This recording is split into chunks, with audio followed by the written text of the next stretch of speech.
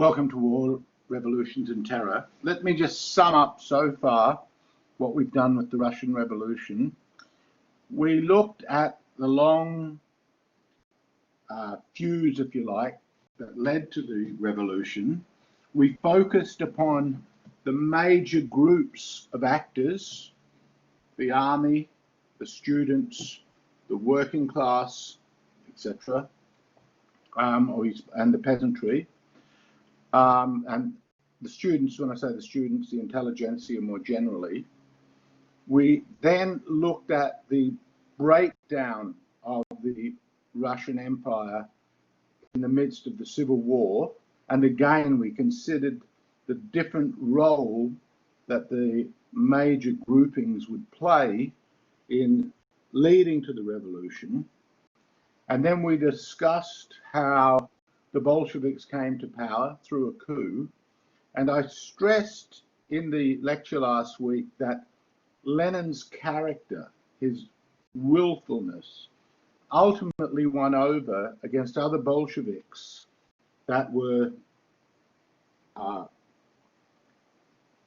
more ready to compromise with the other socialist groups. And again, we mentioned how it was the socialists, not the liberals, that were really vying for power, that there was very little support for the more liberal, modernizing through mechanisms style of governance and politics. There's very little support with that, and that has to do with the history of the different groups and the history of the intellectual tradition.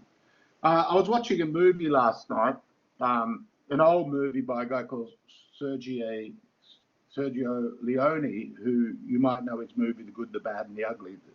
So he did all these spaghetti westerns in the 1960s. And one of his movies is called A Fistful of Dynamite. And there's a scene in that movie where there's a Mexican and they're in the aftermath of a revolution and the soldiers are putting down any other revolutionaries. And at one point, this Mexican is talking to this guy from the IRA, the Irish Republican Army, also branded as a terrorist. And he is reading a book by Bakunin, the Irishman. He's reading a book by Bakunin, who I mentioned last week. And the actor, it's actually Rod Steiger in a terrific performance. It's quite an amusing and quite a well movie. At one stage, he says, "What do I care about revolution?" And the reason I'm saying this is because in some ways, I think it's the most brilliant synopsis of a way of looking at revolutions that I've ever seen in a couple of sentences. And here it is in a movie last night that I was watching. And he says, it's the people who read the books use the people who don't read the books to make the revolution. And after the revolution, it's the people who read the books are sitting around the table deciding what to do. And then the people who don't read the books are the ones that are all killed. It's pretty cynical. It's pretty cynical, but in a very simple way that articulates the problem of the disjuncture between the so-called people. And you recall in the French Revolution, you had the people and the countercept, the enemies of the people. And then the same thing happened in the Russian Revolution. It was the masses, it was the proletariat, and then the enemies of that. So, and they were the bourgeois. And anyone could be labeled bourgeois who was seen as an enemy of the Bolshevik party and the Bolshevik state. So that's what it had come to. And as we also looked at last week, that the terror and the deployment of the Bolshevik state, the deployment of internal security, a secret police force responsible for killing hundreds of thousands of people, had already been unleashed under Lenin in the attempt to try and bring order, production, raise levels of production, get the peasants to do what was needed as far as the Bolshevik Party saw it, etc. This had already begun under Lenin. So what I'm emphasizing here, because there's often a false narrative, in my opinion, I think it's absolutely false, that Lenin was somehow a hero of the people and Stalin betrayed the revolution. And the followers of Leon Trotsky especially have pushed this narrative, but it's a narrative that has influenced and shaped a lot of the scholarship upon the Russian Revolution. And I think that scholarship is simply missing some fundamental questions which are all important. And the most significant of those questions is, how is it possible that Stalin could have arisen to power? How is that possible? Does not that suggest there's something about the structure, the political structure that the Bolsheviks had created that enabled the character Stalin to come into being? But the second point I want to make, and this is going to be really important, and again I signaled this last week, is that the program that Stalin pushed, the program is ultimately identical in every important respect, allowing for something like socialism in one country as a kind of logistic move brought up by the necessity of the wave of revolutions not taking place in Western Europe, of saving the revolution. Okay, because Lenin had believed that revolution would break out, and this was always Trotsky's belief, and it would come very soon. And for various reasons, it did not happen. Perhaps the biggest reason is that in Western Europe, the advent of parliamentary democracy and trade union consciousness, which Lenin despised, had become really important in the kind of objectives that the working class were pursuing. Plus, the war aside, of course, a traumatic event, but the war aside, the industrial development had been on a course that was completely the opposite in many ways what Marx had predicted. So, what happens then when you have a state which is essentially identical to the party, so it becomes a one-party state? We call this democratic centralism, but there's really no democracy at all in this. It's a phrase that was used by the Bolsheviks, but in terms of, well, the fact is that after the one election, which the Bolsheviks never honoured, there was no other election in what would become the Soviet Union during the entire course of the revolution. So what happens when a party has had the will of one person, albeit the party is dedicated to the program, and it is true that a certain amount of disagreement was occurring within the party members, but ultimately Lenin always got his way. He always got his way. So what happens when the leader is taken out of action or dies and dies? Because that's what occurs in the Russian Revolution. So as the Civil War has played itself out, by 1922, Lenin starts to get these strokes and is completely incapacitated. Now, he himself had been wounded by a socialist revolutionary, Fanny Kaplan, in 1918. And those of you that are putting your thinking caps on about what's occurred in the revolution might recall how Jean-Paul Marat, who was an important figure, not the leader, because in the French Revolution, leadership didn't work in such a tightly linked way. Not at least until the Committee of Public Safety was underway. And even there, it was still so heavily factionalized as it did in the Russian Revolution. But it is very similar to what happens where a supporter of the revolution, who happened in that case to be a supporter of the Gironde, to be in favour of federalism, Charlotte Corday assassinates Jean-Paul Marat.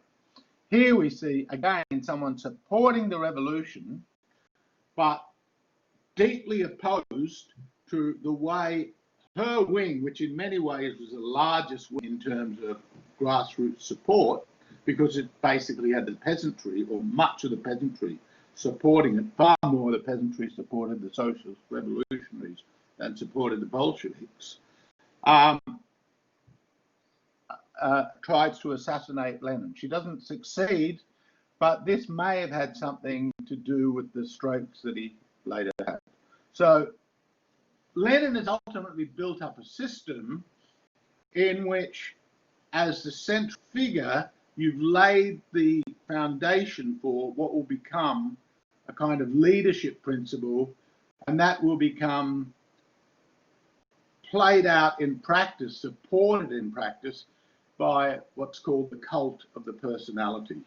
And although Lenin did not craft that cult, and Stalin did it, and very clever, in order to garner unity for the party, but given that he had become the heir to Lenin, it was also a way of galvanizing loyalty in himself. But as we want to emphasize, that the program that Stalin is pushing for is not different in any of the great fundamentals than Lenin's program. And it all comes down to the idea of the need to industrialize, the desire to bypass capitalism, and we talked about the new economic policy last week, and that had given some opportunity to the peasants to develop market opportunities and then make money, and this was really helping build the economy. But Lenin himself saw that this was a very dangerous move, and he foresaw it only as something short term. Okay. Now, on his deathbed, Stalin left notes about the three most likely contenders for the leadership of the party, or the three major personalities. And as you will notice, of every one of them, he's critical. So there's no real succession in place. And we are not sure, we're not entirely sure that this memorandum, and it would be important, though it would be suppressed by Stalin because of what it says about Stalin, we are not sure if Lenin actually dictated this or not. Because we do know that Lenin was suspicious of Trotsky, and as this indicates, he was suspicious for different reasons of Bukharin and Stalin, but Krupskaya had a big fight with Stalin where he abused a person. Lenin was furious about it, and he picked himself out of the bed and abused Stalin for doing this, because Stalin believed that Krupskaya was giving him information about what was going on that was false, or that didn't put him in a favourable light. And ultimately he argued, I mean, this is very self-serving, but he said that he was doing this to protect Lenin from the worries and concerns of what was happening in government, what was happening in the state. So what we see from this memorandum is that he's critical of Trotsky for being of excessive self-assurance, and that insight is, in fact, I think everything he says here has merit. That is, I think that shows that he was reading his people well. And the assurance, indeed arrogance, of Trotsky was ultimately something that alienated him, in spite of the pivotal role he had played in leading the Red Army, but you might also recall that one of the things that he did was he initiated bringing back old military or military officials, leaders, military leaders from the Tsarist regime, but they were not only threatened with death themselves, but their entire family was threatened with death if they weren't successful or if they were thinking of betraying him in any way. But Stalin had deeply opposed this, had rounded up some former generals and military leaders, them executed. And so there was this conflict which was going on between Stalin and Trotsky, even during Lenin's lifetime. But we also recall, and when Stalin turns upon Trotsky later, he will remind people of this and he will dredge it up, how vicious many of the communications or engagements, what's the best word I'm looking for here? Many things that Trotsky said about Lenin and many things that Lenin said about Trotsky showed how hostile they were to each other until, as the revolution breaks out, Trotsky sides with Lenin. Okay. He also says that Lenin was preoccupied with the purely administrative side of the work. Now, the fact is that Stalin had been appointed as Secretary General of the party. That meant that Stalin was in the position of making connections with all the major party members who were involved in the administration of the state.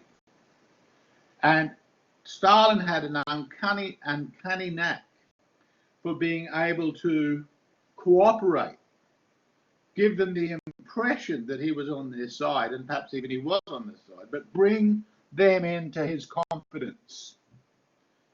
The aloofness, the self-assuredness, the arrogance of Trotsky as a personal failing, so to speak, in the context of wanting to be able to gather large-scale support by the party members that mattered, that had important administrative roles or to play, ultimately meant that Trotsky was relatively friendless.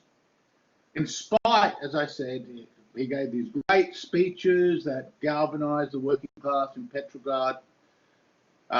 He played a pivotal role in leading the Red Army in their victory. It didn't ultimately matter in terms of what transpired later. Now, Bukharin, he had strongly supported the new economic policy. And you can see in the statement that Lenin is making about Bukharin, he said he's not only a most valuable and major theorist of the party, he's considered the favourite of the whole party. He was a blue-eyed boy of the party. He was very popular. People really liked Bukharin. The problem was his strong support of the NEP, of the new economic policy, was something that deeply disturbed not only Lenin but other players, and indeed Trotsky had opposed the new economic policy. So Trotsky and Bukharin were at loggerheads themselves. So when he says his great reserve for there's something scholastic about him, and then he says he's never made a study of dialectics, and I think never fully appreciated it, basically what Lenin is saying there is dialectics is basically the study of seeing the unity of opposites and the dynamic of those opposites in the development of a kind of unity. When he says that, that's really a slap in the face. He's supposed to be the major theorist of the party, but Lenin's saying he doesn't have the wherewithal. He's lacking. His theory is no good. Then he gets to Stalin. What's he say? He's rude. Well, he was rude to his wife. And this is intolerable. So what has happened is basically a theorist and a theory in which personality really counts for nothing. It takes on monumental importance in the question of succession. And this again points to a very serious defect in the Marxist-Leninist tradition, because in the Marxist-Leninist tradition, it does not give weight to personality. Personality really matters. It's not the only thing that matters. The circumstances under which a personality or the characteristics of a person may come into play is going to be very, very important. But the fate of nations, I'll use the example, I don't know if I used this in an earlier lecture, but the fate of nations may absolutely be dependent upon a personality. Henry VIII is a great example of that, because Henry VIII, his appetite plus his arrogance in terms of thinking himself as a theologian meant that the United Kingdom or England went in a different trajectory from, it severed itself from the Catholics, but it didn't link up with the other reformist movements. It created this hodgepodge called the Anglican Church, and this would be fateful in that it would take a civil war for that all to be sorted out, and that would never have happened, I think, had Henry VIII not been leader. It either would have remained Catholic or it would have joined the reformers. And indeed, some of the really important people in his administration, I'm thinking particularly of Thomas Cromwell, wanted to work much more closely with the reformers in Europe, and they could see what was needed. So it's rudeness, it's these personal qualities, and he goes on about this. Maybe in all other respects, that are being more tolerant, more loyal, more polite, and more considerate, less capricious. No, it's got nothing to do with the program. So it's very understandable why, even apart from Stalin's suppressing this information does get out, it's being whispered about. Ultimately, Stalin will be able to use what he says about the other two to shore up his position, and Stalin could always say, yes, well, I'm sorry, I was a bit rude, but I was doing it in Lenin's best interest. Krupskaya was, accelerating his death by not protecting him sufficiently. Okay, so basically then, and we have to move quickly through this, but Stalin consolidates his power. He's able to consolidate it through personal relationships. That is to say, he has a strong patronage network. People have moved into positions which have been dependent upon people who have been dependent upon Stalin. So there's this great network of interests, and Trotsky has not been able to do that. He remains relatively isolated. Other people worth speaking of, Bukharin, as I said, had also been hostile to Trotsky, and Zinoviev and Kamenev, who would end up both being tried and executed by Stalin, essentially alongside. They were then, when this happens later, as we will see, Stalin accuses them of being Trotskyites. So they had met, Zinoviev, Bukharin and Kamenev had met in secret to destabilize Stalin. But it hadn't worked. Sorry, Zinoviev had met with Bukharin to destabilize Stalin. So what you get the picture is you've basically got all this intrigue happening, because the party, far from being something that's responsive to its base, is really being steered by a divided elite. And the division is primarily around personality and or momentary tactical disputes about which strategies should, or strategic disputes about what exactly needs to be done at any given time. Already by 1924, Stalin then starts dredging up his hostility to Trotsky, and Trotsky, who's emphasizing this theory of socialism in one country, Stalin draws upon Zinoviev and Kamenev to isolate Trotsky, but as I said, it won't ultimately help them. At that stage, he allies with Bukharin against Zinoviev. So there's all these to and froing intrigues. By 1926, Zinoviev, Kamenev, and Trotsky now are forming an alliance against Stalin, and Stalin attacks him. So in the first few years of Stalin really taking over, it's still up for grabs. But ultimately, by 1927, Trotsky is expelled from the party. He's exiled to Central Asia. And then in 1929, he's exiled from the Soviet Union. Note how similar this is in its way to what happens in the French Revolution. And you might remember the phrase that I used back then, the revolution devours its children. That is, the makers of the revolution ultimately get sacrificed. And with Stalin, we will see the extent of the sacrifice of that first generation of Bolshevik revolutionaries, how cruel, how widespread the scale of slaughter and expulsion is. So Kamenev and Zinoviev get expelled, but then they're allowed back in, and then they're expelled again. And then there's another conspiracy, and they get caught up in that again, and then they're allowed back. But then there is the Kirov murder in December 1934. And this leads to the show trials and then executions. I'll just say there are many rumors that this character called Kirov, because of his popularity, like Bukharin, he had a lot of people looked up to him. He was a charismatic guy. And from all accounts, Stalin thought very highly of him, was very fond of him personally.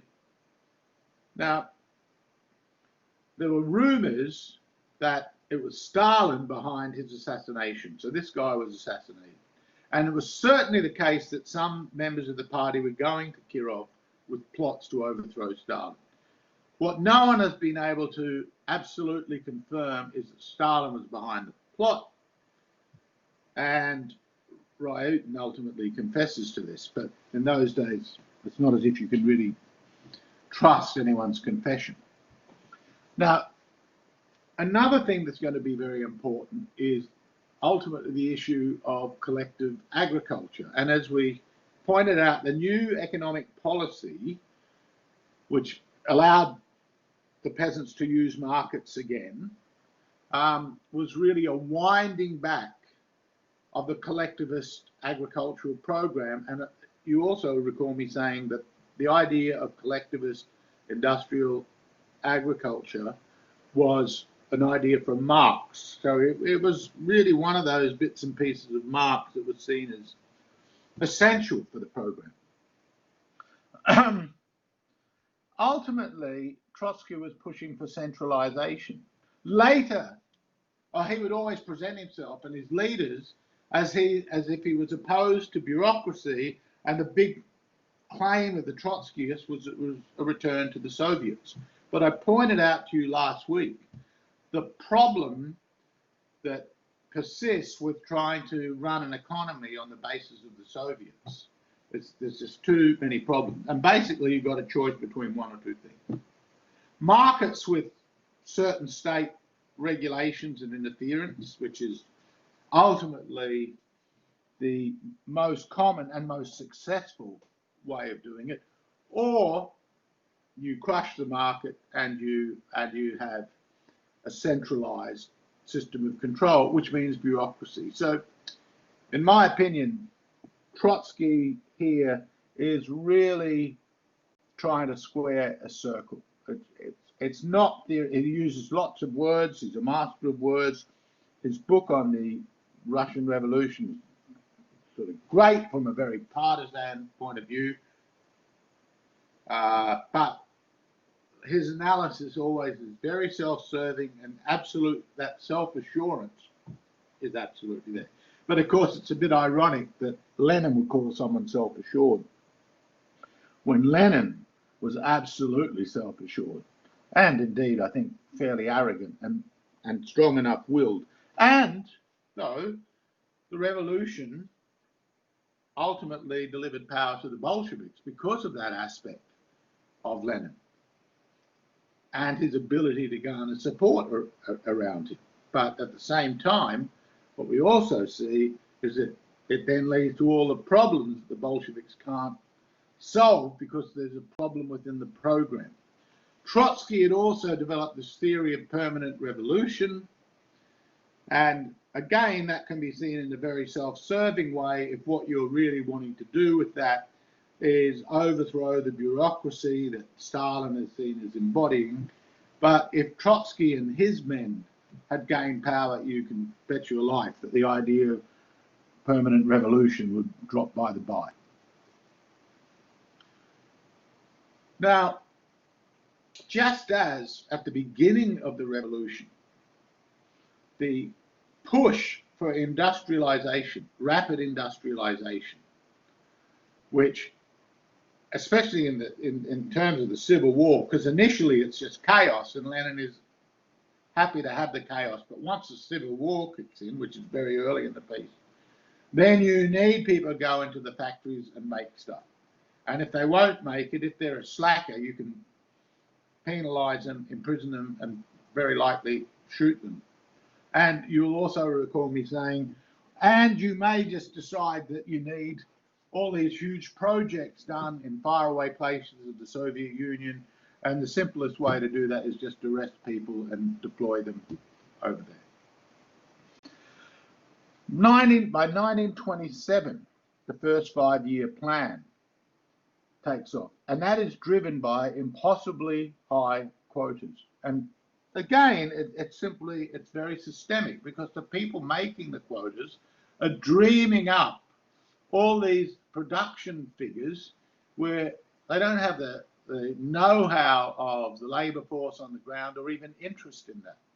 So they've got these quotas, they're setting these targets, these plans, and as I said, they're impossibly high. And when people fail to meet the quotas, that's also an excuse for imprisoning them, arresting them, or imprisoning them or shooting them.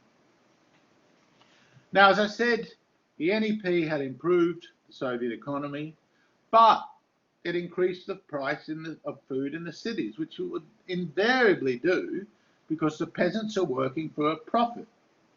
And in working for a profit, they're able to sell it to anybody who's got the money. And the working class, their conditions and the production levels in the Soviet Union haven't risen sufficiently for workers to have enough wages to buy all the food that they want. So when the government comes in then and lowers grain prices, or the state comes in and lowers grain, the peasantry hold back their grain. There's nothing shocking or unpredictable about that. That's exactly what they would do. You also have to remember that in a rural population of approximately 120 million, they're by far the biggest segment of the population. Party members at this stage were less than 1/10 of 1%. You can just see this is a symptom of the fact that the peasantry are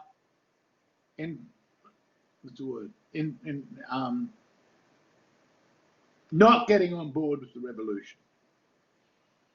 They're basically intractable. They're doing what they want. And when the NEP is wound back, they start to hide their grain, they don't want to work as much, all of these things. And so Stalin decides we must collectivize agriculture. And the way he does that, he basically invents a class, the kulaks. And when I say he invents, basically anyone can be a kulak who is seen as having more than enough, or enough authority, prestige, influence within a peasant area, or may have a couple of cows more, may have a bit more land, may have a bit more wealth, which that will turn some peasants against them. But it's really not the peasants turning against the kulaks. It's the party orchestrating people from outside to come in, so party members going in, and then finding sympathetic, relatively sympathetic peasants who will help do their work and have all these denunciations taking place. So the importance of denunciation, something that we saw was very important in the French Revolution, also comes into play in this demand for collectivization. It's resisted by Bukharin. Bukharin had enough economics behind him to see all the problems with this. And in the long term, there would be big problems with this. Russia and the Ukraine, its agricultural production was severely, and this would be the case in China too, severely thwarted by collectivization. But nevertheless, that's what occurred, and Bukharin was basically overridden. At the same time as this is happening, we're seeing what's called a Shakti trial.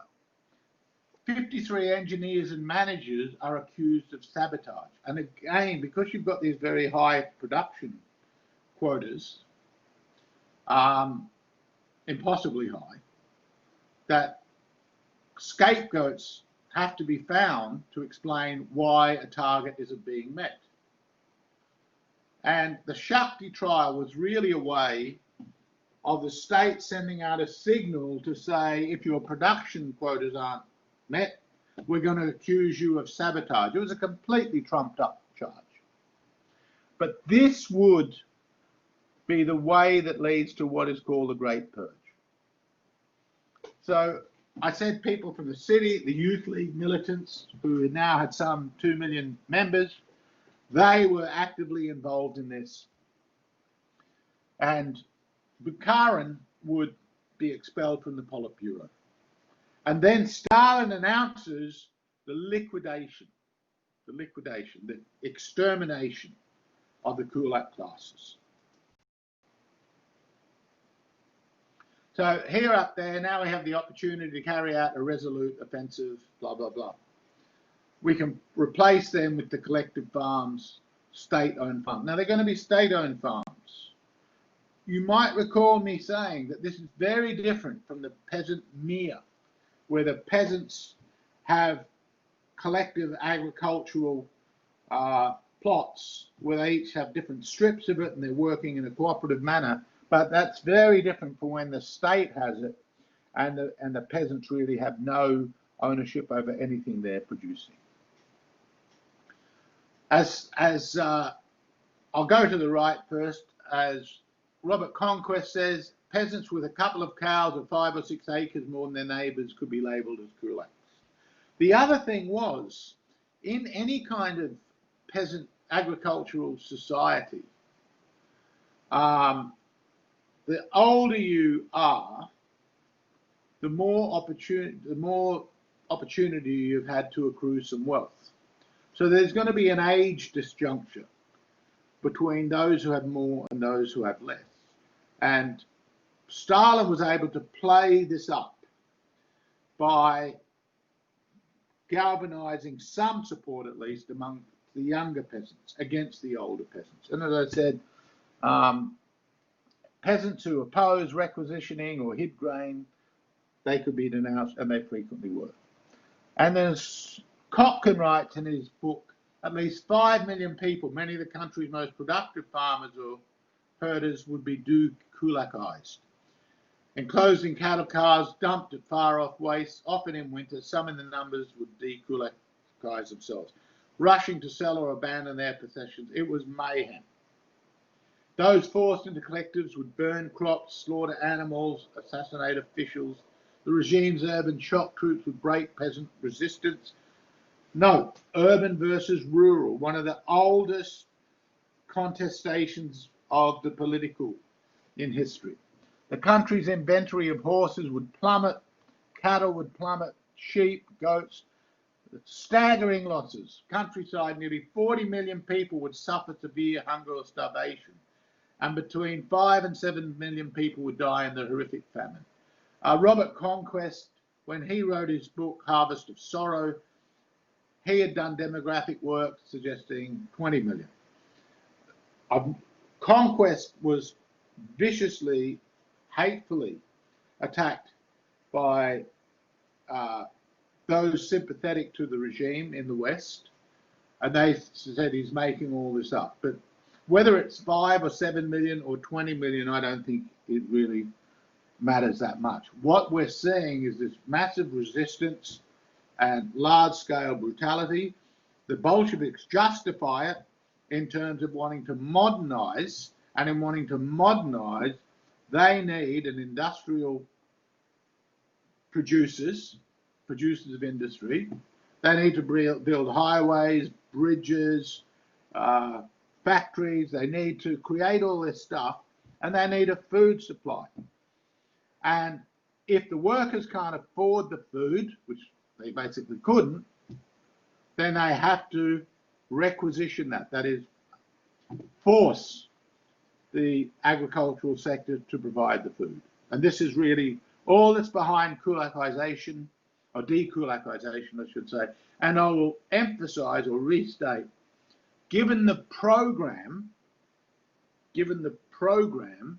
the only question would be, was he a bit early or not?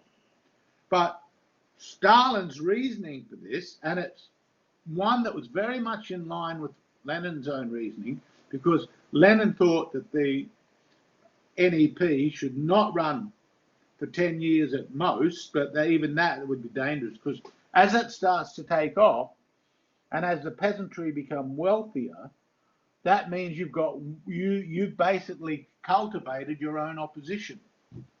So from Stalin's point of view, go in and exterminate them now before they get more powerful.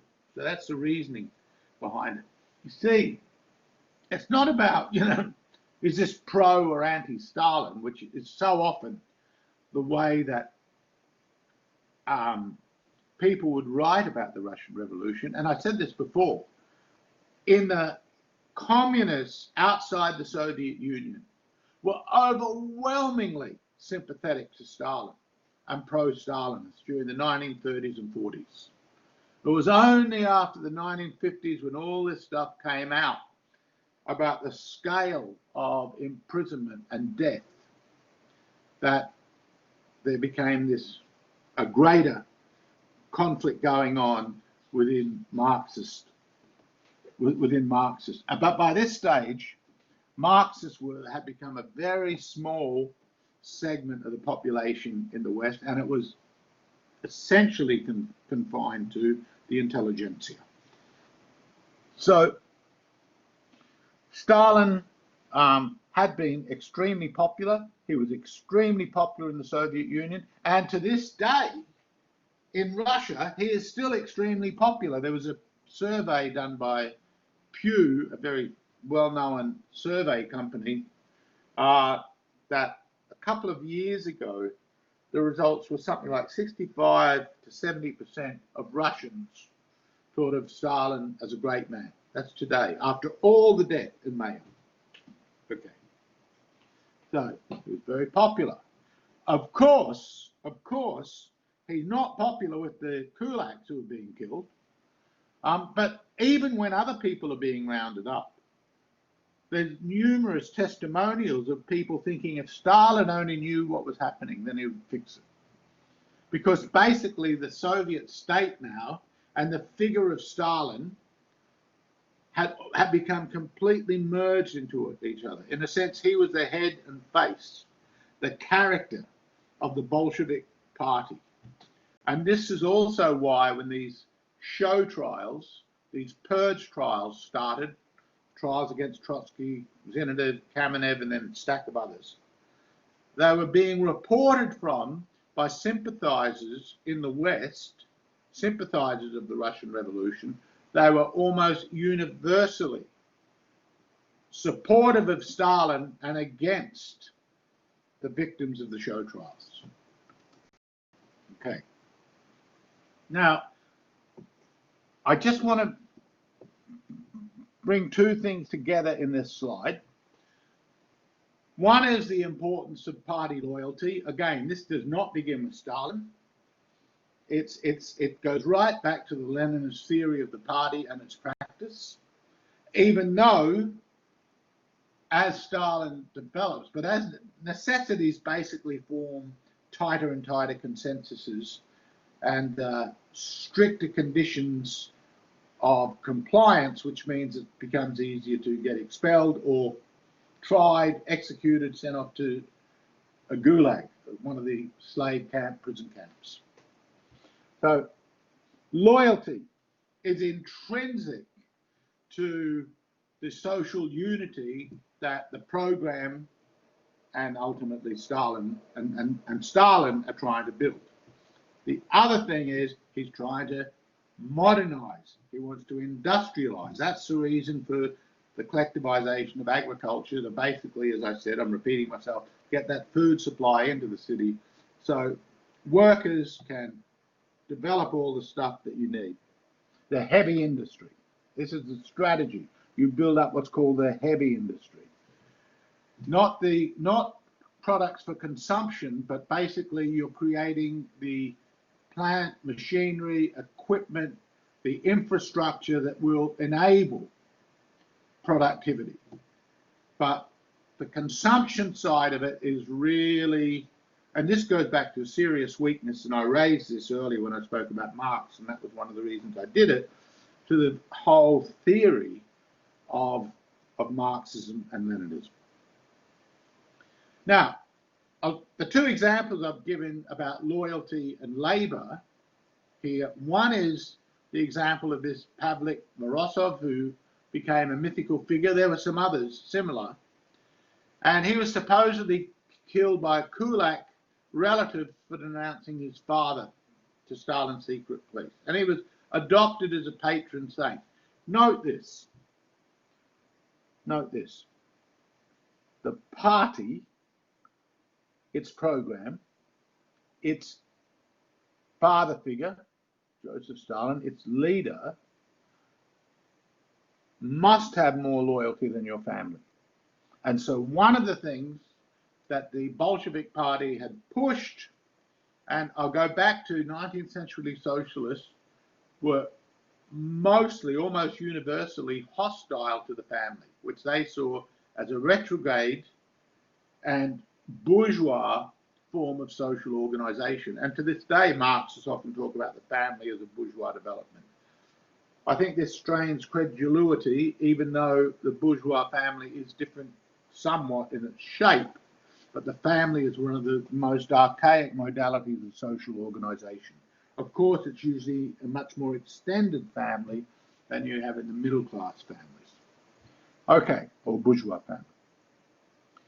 The other great hero was a guy called Stakhanov, who was celebrated for unbelievable work efficiency, how much coal he could mine. Again, it's fantastical. So basically what you're setting up is a kind of competitive ethos amongst the workers to who can shine, who can do the most. And it's like at a sort of Olympic Games within industry.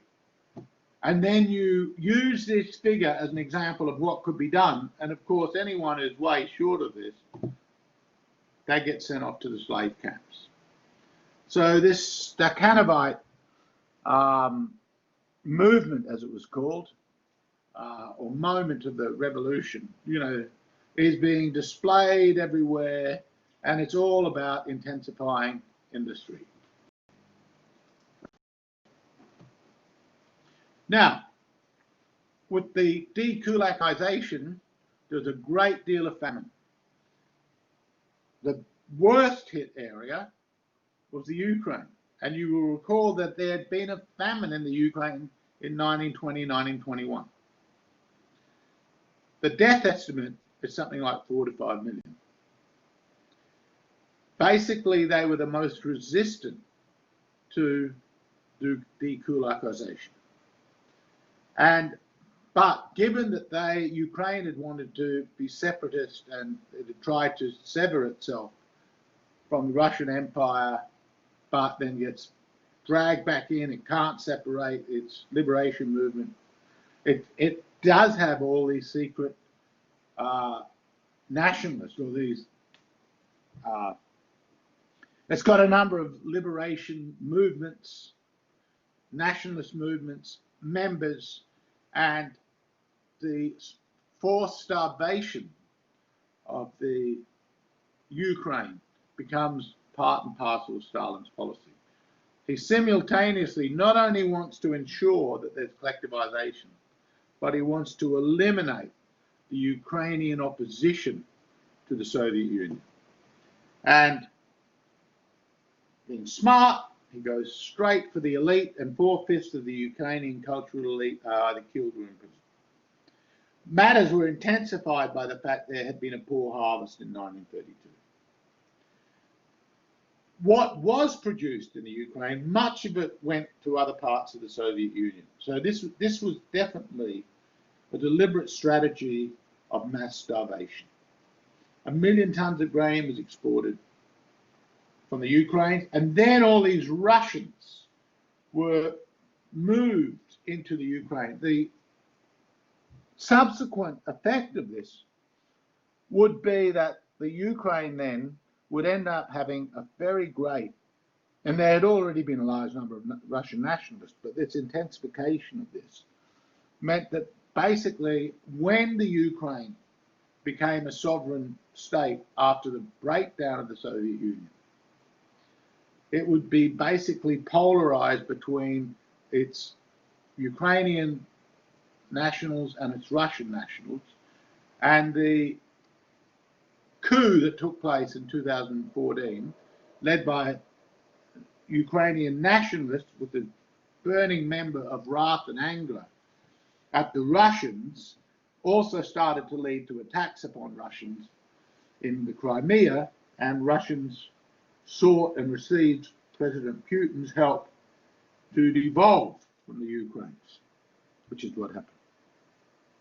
Now, note that Stalin had played the national card in terms of creating a Soviet federalism. He had been an important player in this. It was a stroke of genius. But it was a stroke of genius in which the Russian nationals and Russians will be transported to these areas and play major parts or hold high positions within the party to do this. Not surprisingly, I think I mentioned this last week, when Nazi Germany attacks the Soviets, the Ukrainians welcome the Nazis. Okay, so here you get an idea of the scale of this starvation.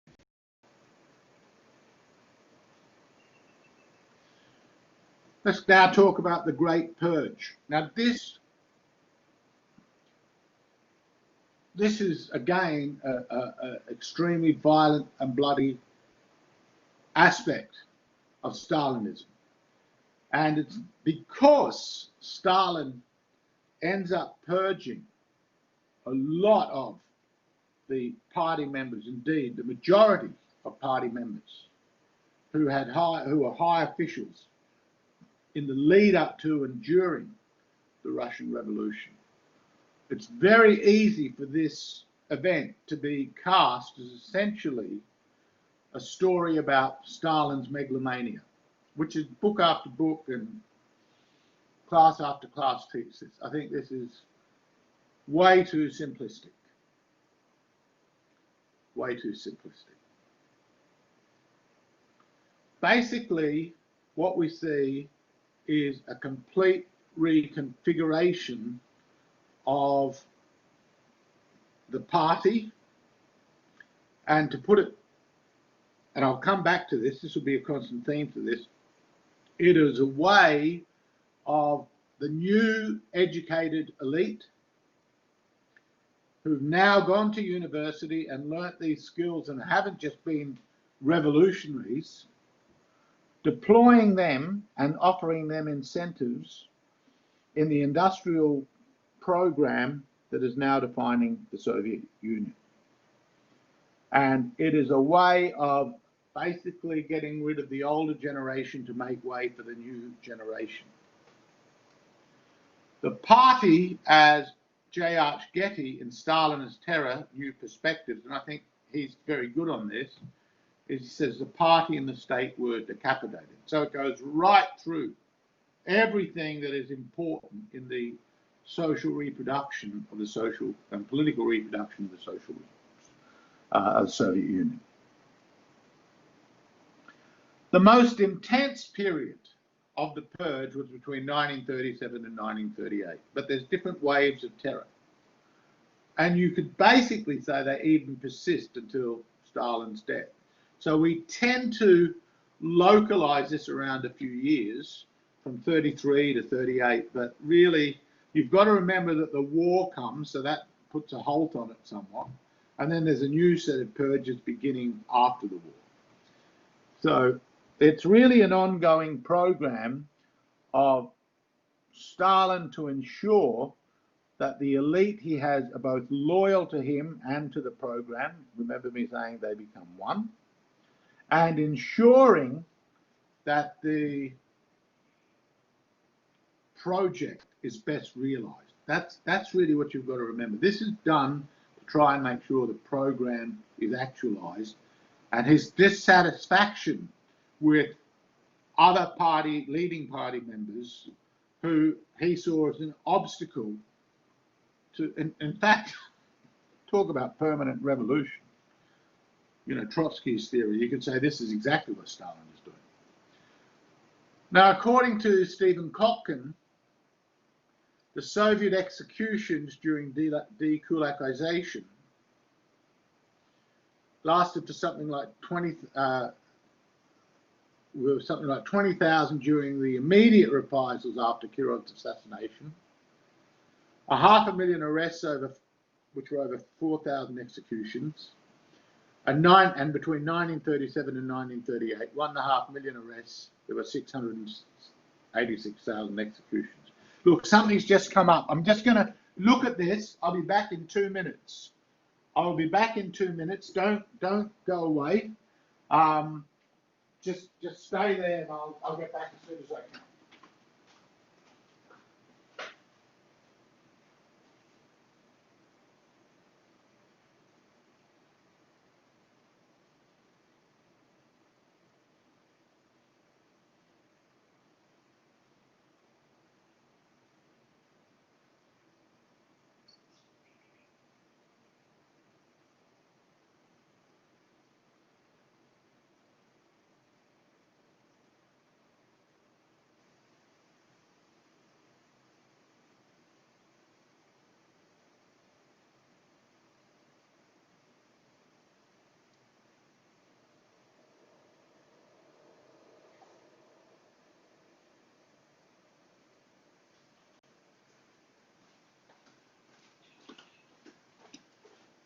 Okay, I'm back. So the party purge said to begin in 33, but we could even take it back to the expulsion of Trotsky. It depends how one defines this.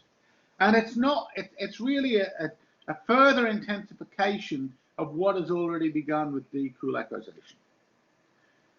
In 1936, there's a series of show trials of old Bolsheviks and top officials of the secret police. So now it's starting to spread and it's intensified. And then quotas become issued. Now, the idea of quotas was also something that had occurred during the Cheka. So this is nothing new with Stalin. So secret police are you've got so many people to shoot or imprison. The head of the NKVD told his men that better too far than not far enough. And the original arrest quota ballooned to this figure here, over nearly 770,000, and nearly 387,000 executions. Families were destroyed. Children were orphaned, all under this order number 0047. Yeshov would be executed in 1940. And again, time and time again, we see someone who's following out the orders is also themselves going to become victim of these practices. Now, what we have then is high-ranking party, economic and military officials, former oppositionists, and those who joined the Bolsheviks between 1912 and 1920 were the most vulnerable to repression. When Stalin was one of the pallbearers at Lenin's funeral, I've got a feeling Molotov might have been the other one. The other, I can't remember if there's 6 or 8 pallbearers, but all the other pallbearers at Lenin's funerals were imprisoned or executed. As one analyst says, one's relative bureaucratic rank in 1936 was an important determinant of one's vulnerability. The higher you were in the bureaucracy on the eve of what's called the I can't pronounce it, Great Purges, the more likely one was to be its victim. Now, the first show trial was in 36, and that was the claim that there was a Trotskyist cabal, and Zinoviev was at the center, and 16 were tried, and that included 11 prominent Bolsheviks. Then there was another. So what was being said was Lenin, who was now in exile, sorry, not Lenin, Trotsky, who was now in exile, was being said to be the mastermind of an attempt to create a bourgeois state, to betray the revolution. It was complete fantasy. There was not a skerrick of truth in any of this, but this didn't ultimately really matter. All that really mattered, as far as what was concerned, is the objective. What was the objective? And this, again, George Piatokov, who was favorably mentioned in Lenin's testament, and Karl Radek, very famous. Then there was another trial in 38 with Bukharin and Rykov. There's a great book dealing with the Bukharin case called Darkness at Noon. And the story is also told brilliantly by Yuri Sleskin, a Russian professor of history at Princeton University, in his book called The House of Government. He goes right into it. Bukharin ultimately throws himself at the feet of Stalin, begs Stalin to save him, and Stalin refuses to do so. And Bukharin basically is prepared to lay down his life for the revolution by being shot, but that's because more and more members of his family would have been killed had he not done so. And that's what, of course, they all plead guilty, or nearly all plead guilty, because their whole entire families are being threatened with death. But this is what's happened. You've set up a culture of violence, and this culture of violence, as I pointed out before, it goes right back. It goes right back to the student revolutionary movement and the terrorist mindset that had developed in the 19th century. So you've got a culture in which violence and terror are seen as intrinsic to revolutionary practice. Yagoda would be amongst those. You remember Yagoda when we talked about the setting up of the secret police state? He'd become director of the NKVD that had replaced the Cheka, having organised arrests and confessions of Zinoviev and Kamenev in the trial of 21. So, you know, the wheels are turning very quickly here. Of the 6 original members of the Politburo who are still alive, apart from Trotsky in exile and Stalin, 4 were killed. Of the 7 members elected to the Politburo between the October Revolution and Lenin's death in 1924, 2 survived. One of them was Molotov. Molotov's own wife would be sent off to the slave camps, and he would still survive. Stalin, and when Molotov complained to Stalin or beseeched Stalin to spare his wife, Stalin just said, well, you can get another one. one suicided and the other 4 were shot. So all of this was being reported favourably. Maybe the most famous reports were by a journalist called Walter Duranty, and they were all being presented as if they were true, that there was a great conspiracy created by the foreign opponents of the Bolsheviks, masterminded by Trotsky, who was their stooge, and people were swallowing this left, right, and centre. It was incredible. The other thing, and I've said it before, and now I'll just give you some names. The intelligentsia in the West, many of them were considered fellow travellers, and this includes artists, and there's a great deal of sympathy. And it included, strangely enough, a divinity professor, Jerome Davis, who interviewed Stalin in 28. But if I run through these figures on the right, George Bernard Shaw, H.G. Wells, Beatrice and Sidney Webb, so 2 great writers in Shaw and Wells, and at that time 2 of the most popular writers coming out of the United Kingdom. The Webbs, social democrats, very sympathetic to the Soviet model, but ultimately nationalisation of industry, if you like, a more moderate program, but they really thought Stalin was doing a great job. The founder of Dadaism, Tristan Tzara. Dadaism was a very important artistic movement coming out at the end of coming out during the First World War. Paul Eluard writes a book that's a kind of crazy, it's a celebration of Stalin. He was a great surrealist. He was a writer and a painter, a great painter. Bertolt Brecht, one of the most famous people of German theatre. Charlie Chaplin, Picasso, Walter Benjamin, very important figure in cultural Marxism. Romain Rolland, a pacifist in France, very famous figure, writer in France. Stefan Zweig, very famous writer from Austria. Victor Gollancz, a publisher operating in the United Kingdom.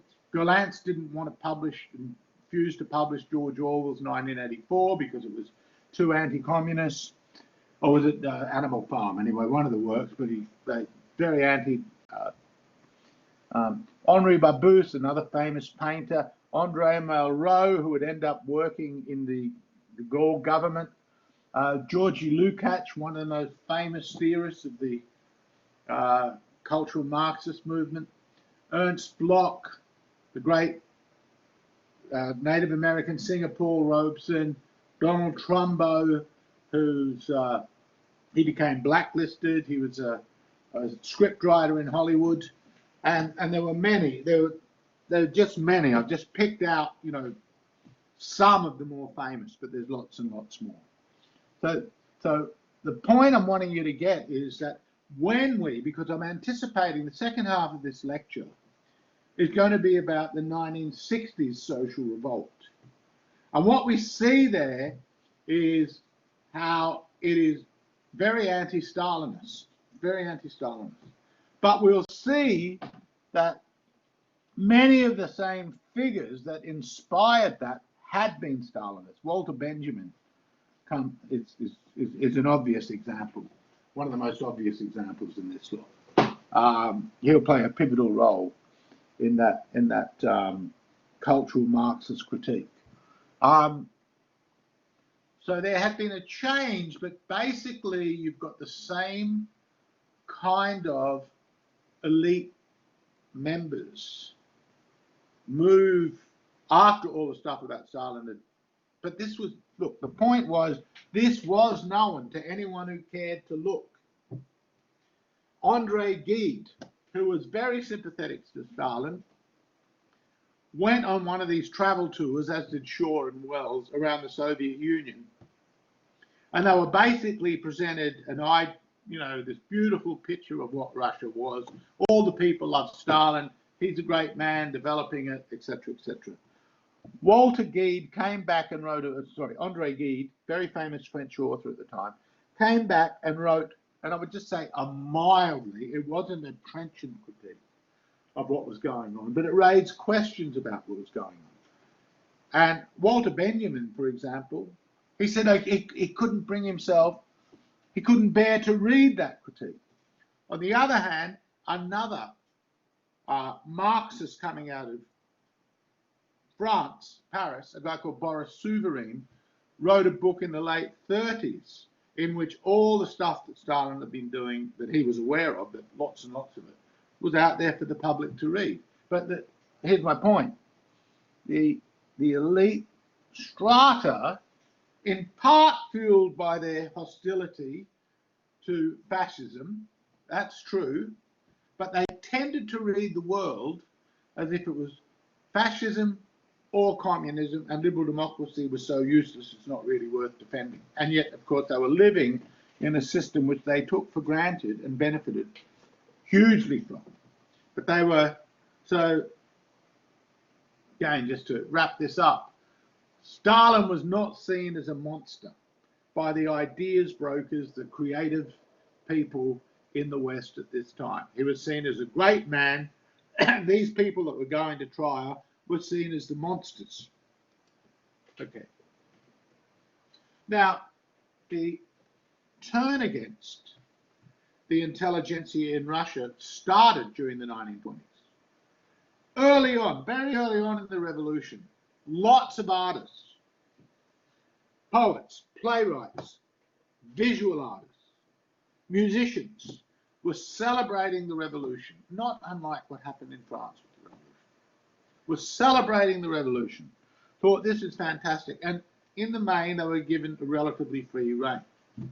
But as the unity of mind and incorporation into the program develops, they are increasingly required to toe the line. And in fact, Stalin would have a favorite aesthetic, that is a favorite way of doing art, and it was called socialist realism. And by the way, the various artists that I mentioned before, not one of them liked Stalinist realism. I could have given another example, Louis Aragon, very famous surrealist poet, pro-Stalinist. Their whole way of thinking about art, whether it's Picasso or, Walter Benjamin, whatever, was generally, Paul Éluard was they saw art as basically very subversive. But what they were interested in subverting was the mental concepts that they saw as reinforcing the class relations of bourgeois society. They read it in very Marxist terms. So what Stalin wants is not something subversive. He hated. He had no time for the surrealists. And there was a great art movement which produced some fantastic works of art. The expressionists, the Russian expressionist and constructivist movement. Again, that's all antithetical to what is called socialist realism. You can Google that. I should have given some examples of it. It's basically, it's art. It's very, very boring, really. It's art in which workers featured heavily. There's no experiment in form. It has a future kind of glow to it. There's a certain aura about it that's suggesting they're building a great new world. This is what Stalin wanted. And he also didn't want musicians to be writing work that was seen as socially anxious, creating anxiety amongst the population. So Dmitry Shostakovich, for example, is a very good film on this, which you can hunt up, called Testimony. And what's also very interesting is Shostakovich's own diaries, where basically Stalin is persecuting Shostakovich for writing music that he thinks is alien to the best interests of the Soviet people. So Stalin is basically setting himself up as the arbiter of taste. Hitler does very similar things in Nazi Germany, but as the arbiter of cultural taste. because culture is seen purely through its politically pragmatic, efficacious qualities. So if it helps the revolution, it's good. If the leader of the revolution or the leader of the revolutionary party, mainly Stalin, thinks that this is in some way disruptive to the well-being, the psychological fabric of the nation, then it has to be stopped. And so this continues the persecution. And the great poet Mayakovsky, for example, he gets imprisoned and dies in one of the Soviet prison camps, but various other artists. Then this extends to the Comintern and foreigners in the Soviet Union, so the Communist International. Some 60%, that's 41 of the, so after the conflict that was taking place immediately after the war in Germany, where there was a minor attempt, or some regional attempts to try and establish socialism in Germany, and they failed massively. A number of German communists fled to the USSR, especially after Hitler had come to power. So, anyway, after Hitler comes to power, leading German socialists, communists, many of them flee to the Soviet Union, they get killed. Something like 50,000 Poles were killed in the USSR. And again, there was a lot of bitterness towards Poland because it too had tried to liberate itself in the breakup of the Russian Empire. And indeed had largely succeeded until Hitler went to war, but the Poles that were still living in Russian areas, they were targeted. Possibly another nearly 1,500 other foreign communists were shot. At least 20,000 Finns. Again, Finns had seceded from Russia. Even more Latvians and Lithuanians were shot or sent to the Gulag. Then Roy Medvedev notes that the physical destruction, and Medvedev had been a communist who then, as the Soviet Union starts to fall apart, his eyes start to open up. The physical destruction of thousands of officials and the punitive organs themselves. Robert Conquest writes that 3,000 of Yagoda's NKVD officers are reported executed in 1937. Beria, who would be one of the leading leaders of Stalin, he would actually survive till just after Stalin's death. Then Khrushchev and his team would take out Beria and get him shot. But he basically replaced Yagoda, and he was sweeping up, filling out quotas and killing lots of people of the old. So basically, again, you have a clean sweep of the secret police. So the people that are doing the killing, now they're going to be killed by the new lot coming in. And amongst the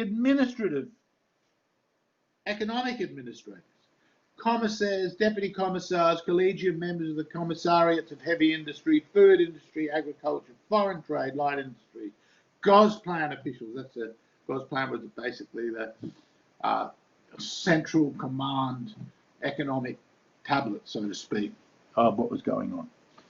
Deputy directors of trusts and main board. Now, on Stalin's side, you'd have to say that he was replacing a better educated elite with he's bringing in a better educated elite. And you'll recall me saying early on, the early Bolsheviks, leaders of industry, they had no experience of industry. They had no experience at all. They were hopeless. And so Stalin could rightly just look at production figures and go, God, what's going on here? I need to replace them. And that's exactly what he did. Medvedev states God's plan was devastated. The Council of People's Commissars had its share of victims. Of course, the commissars were not arrested by themselves. In 1937-38, the commissariats they headed were decimated, and on. There's a ravaging through of all the state apparatus, the whole administrative complex that makes possible state action. The players are being replaced. And this also includes the army. Again, I've got this problem of the top being locked off. You'll be able to see it in the slide when I put it up. Now, what you must remember here is, so basically, okay, Stalin is wiping out when he knows that Hitler is preparing for war. There's no doubt, and the deal that is brokered between Stalin and the Nazis is not undertaken by Stalin in the hope that Germany and the Nazi Germany and the Soviets will end up happily ever after in this nice unity, carve up Europe between them. Stalin knows that Hitler will turn on him. And Hitler knows that the stronger the communists can get, the quicker they will go and support the ousting of his law. So they both know this. So what would possibly, and many people have written about this as if this confirms that Stalin was megalomaniac, mad, but this is all driven by personal stupidity and ambition. Because he removes 3 of the 5 marshals, top military leaders, like the 5-star generals, 13 of 15 army commanders, 8 of 9 admirals, all said to be exploiting opportunities with foreign contacts, all nonsense, of course. 50 of 57 Army Corps commanders, 154 out of 186 division commanders, 16 out of 16 Army commissars, in the 25 of the Army Corps, and the greatest war hero of all was Marshal Tukhachevsky. He gets purged. What is going on? Why would Stalin, is he completely mad? And the answer is no, it's not. What you have, what is a common phenomenon is that as people reach these very high levels of command within the military, they are older, and their techniques, the knowledge they have, is very likely to be outdated. Now, when the United States went into the Second World War, it had already replaced most of its high-level military commanders. When Prussia came back into the war against Napoleon, its success had a lot to do with the purge that it had undertaken. Now, there's ways of purging and purging. Stalin's way, because you've got to remember, what was it that made the revolutionary possible? Well, these different blocks, the elites within the blocks, the intelligentsia, the working class, the peasant class, the army. They're the ones I've mainly focused upon. I think I've captured them all that I'm mentioning. The last thing Stalin wants is to have all this resentment move from the top down to all his troops as he tries to force them out of power. Very strategic. He's got to represent them, as with the intelligentsia. He's got to, as with the economic planners. Now they've replaced, obviously, God's plan, everything has replaced the working class as such. It's the elites he's interested in. He has to make sure that they're not going to come back. And the only way that he can do that is present them, at least in his mind, but there's a method in this, is to present them as lackeys of foreign powers, imperial forces, as ultimately enemies of the revolution. Of course, they're not enemies of the revolution, but they're obstacles in the way of the kind of modernization program that Stalin is undertaking, the new technocratic leaders that he wants to put in place. And what happens? We see that Stalin is ultimately successful against the Nazis. The strategy worked.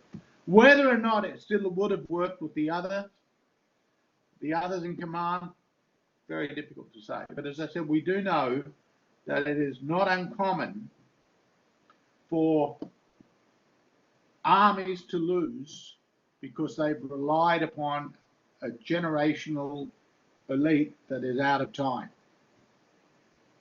Okay.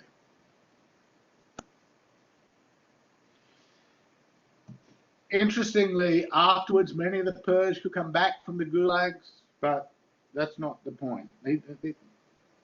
He killed in Stalin's mind. Depending what the forces unleashed were, those that were seen as necessary to kill were killed, those that could be sent off to the gulags were killed. And that's kind of the thread through the whole thing.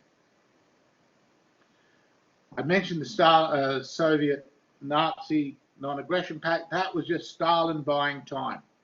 He needed to build up the tank reserves that he had. He needed to build up the equipment that he had. And that was coinciding with the earlier purge of the army.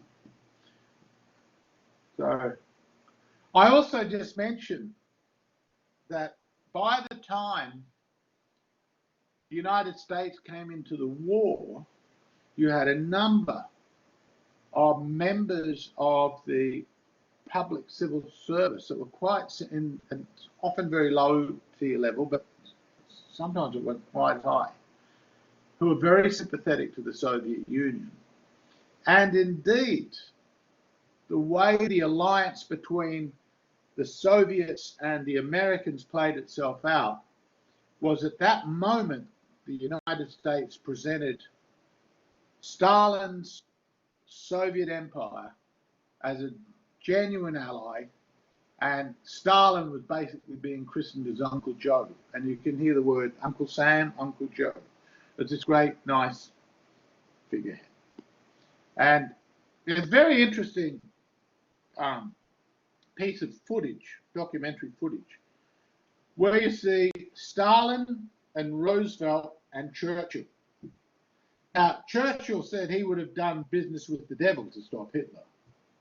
But Churchill was very, very suspicious of the Soviets. He knew they had to do a dirty deal, but he knew too that this ultimately they were enemies against each other for the fate of civilization. And in this piece of documentary footage, what you see is Stalin and Roosevelt. He positions himself close to Roosevelt, and they're sitting on these relatively high seats. And then Churchill is tucked over in the corner on this very low seat. You know, as a way of humiliating Churchill and a way of pushing him up to the center stage. It's very humorous psychology. Now, the Soviets would lose something like 25 million people during the war, but it was victorious. The Soviets had also received massive US aid in food and steel during the war. Of course, what happens very shortly after the war, the Cold War begins and the United States and the Soviets turn against each other. Not least, of course, because of the expansionism of the Soviets after the war. And so they basically set up what Churchill would call an Iron Curtain. And all these satellite conquered states would be basically marshaled into the corner of or the side of the Soviets. I basically said this. Is it paranoia, consolidation of power party, foreign spies, blah, Hitler's rise to power? Stalin had divided the left, by the way, by branding the Social Democrats as social fascists. In part, I think he continued. I think this is very much a continuation of Lenin's hostility to trade union, parliamentary, democratic consciousness as basically a betrayal of the working class and as a way of ultimately distracting from the program. Elite replacement. You can read that piece by Figgis. I think that is a really good summing up of what is happening during the purge. And then Stalin died. He was just to begin a new purge on the doctors. Let's sum up now. And in the last, I might go an extra 30 minutes or so. I have to finish this set of lectures today because the final lecture where I'm looking at Pan-Islamist revolts is quite intricate. Okay. What came out, the essential characteristics of the communist revolutions, of the national revolutions? They ended up being nationalist in character, and this was even more so after the Soviets. They were all one-party states. They all monopolized production and all attempted rapid industrialization. The hope that the socialist states would form a unified bloc was quickly severed. So communism really started to take off with there's the Chinese Revolution, and then it's starting to spread in Southeast Asia and African states, and Khrushchev will be also really pushing again for revolution in these countries. But in 1956, he renounces Stalin and the cult of the personality.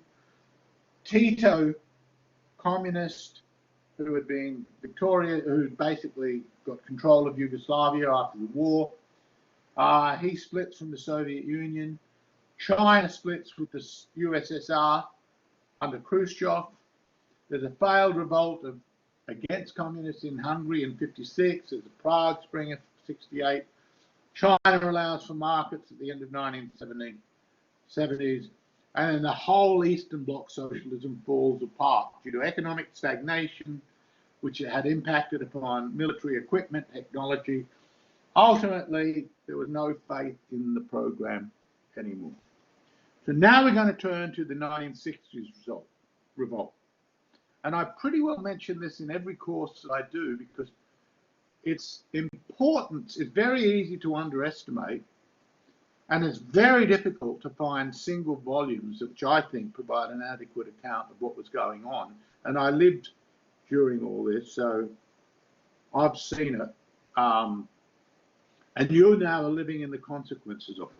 So let's see this great social transformation that occurs. And that's going to be particularly pertinent because one of the things I've wanted to do in the course, and in this very late period in the course, is not only show you about the nature of these older revolutions, how defining they were of our political tropes or political appeals or political ideas we have, but also for you to see how, as this starts to reconfigure after these revolutions of the 1960s, often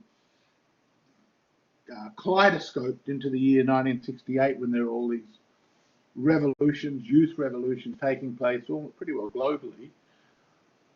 And it's also at the time, just so happened to be at the time that there's a cultural revolution, which is led, though orchestrated by Mao in China. But there's also this revolution in Paris, well, in France in 1968, again led by the student movement, that ultimately we're seeing the re-intensification of the revolutionary spirit amongst the youth elite in societies which are completely dependent upon the training of its professional classes, just as Russia had been. And we start to see how in some ways they continue, and yet we'll also see how they depart from the previous revolutions. But, and here's the point, this is entirely now a transformation that's taking place within the institutions of society, and it has no broad-based mass conflict, social breakdown, and even support outside that elite. That is very important because of the disjuncture, which is the defining moment that we are now living in socially and politically, in which you can see through things like the election of President Trump, the Brexit, the success of the National Front in France and other anti-immigrant right-wing parties in Western Europe, we're seeing the consequences of this new way of thinking about society and the way this has become politicized. It comes out of what we will broadly call the New Left. The New Left. Now, in the revolt, so the youth with the trade unions took to the street against President de Gaulle in 1968. And there was serious talk that this was a revolution, but it wasn't. What it was massive protests that garnered a lot of attention and news. And it was, although the trade unions were generally in support, and that alliance between the trade unions and the student movement was very short-lived alliance. It didn't last long at all. Because basically the workers just wanted better wages and working conditions. But look what the students wanted. This is the beginning, well, in a way, it's a consummation or the furtherance of the kind of narrative that comes out of the French socialists and Karl Marx, but is also going through that other seam of Marxism, which in the 20s and 30s did ally itself with Stalinism, but really was pushing for different things. That's what when I was talking about Walter Benjamin, I could have mentioned Ernst Bloch, I could have mentioned I mentioned the surrealists and the Dadaists and the artists.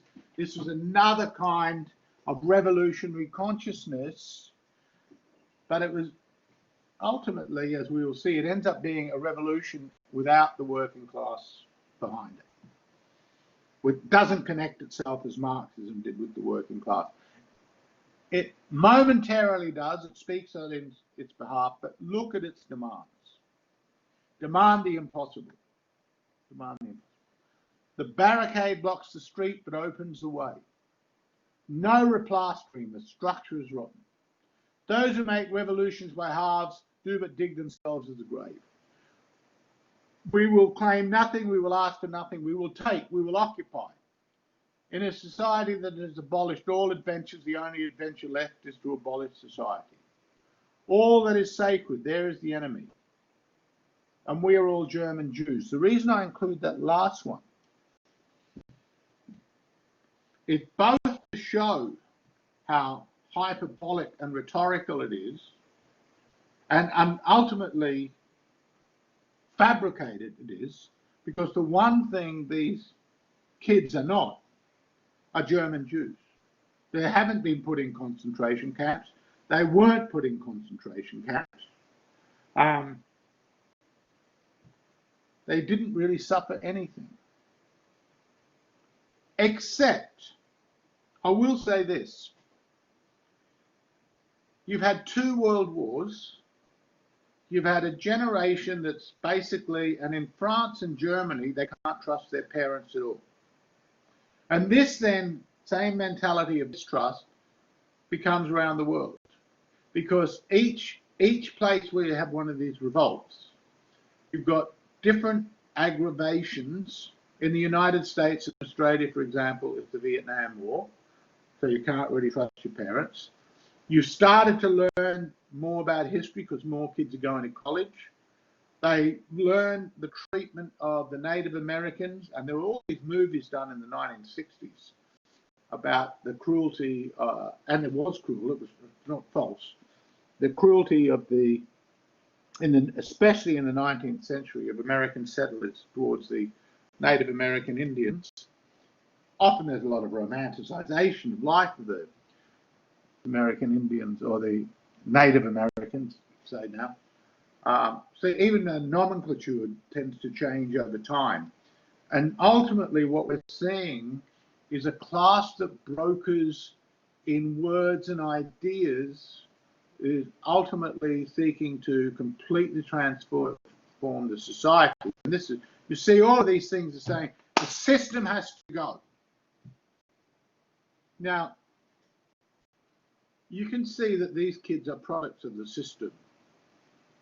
We're all products of the system. But if you think that you can identify all parts in the system and thereby overthrow it, then the question is, how come you're not infected by the system? If the system is so rotten, what makes you good?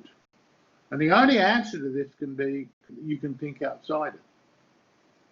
But as you recall from Marx had argued that everything depended upon who you are, not what your consciousness was. And who were the leaders of this revolution? They were students. And who are the students? The students are the group of people who are being trained to become the elite professionals. They are, in a sense, the next generation of the ruling class. They are the people that will end up in commerce. They are the people that will end up in positions of government. They are the people that will run the society.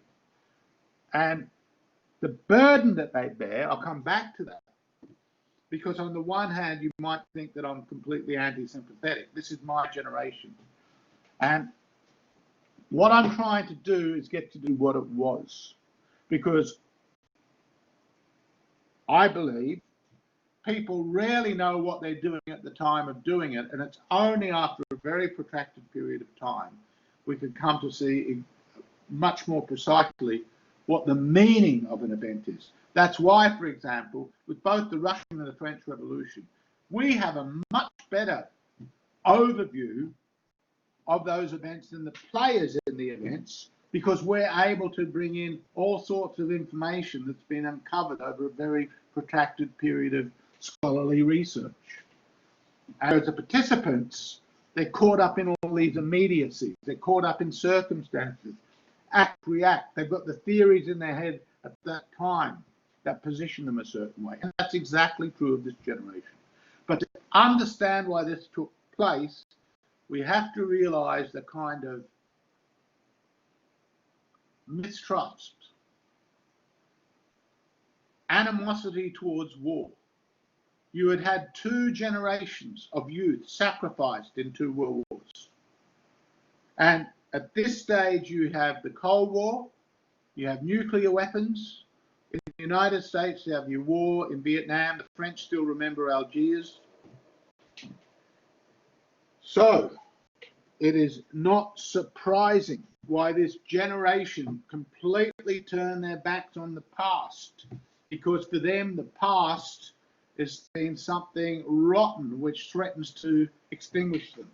So there's this hyper intensified sensibility, which ultimately becomes for them that the whole world, the Western world, is fascist in its nature. That becomes the leading theoreticians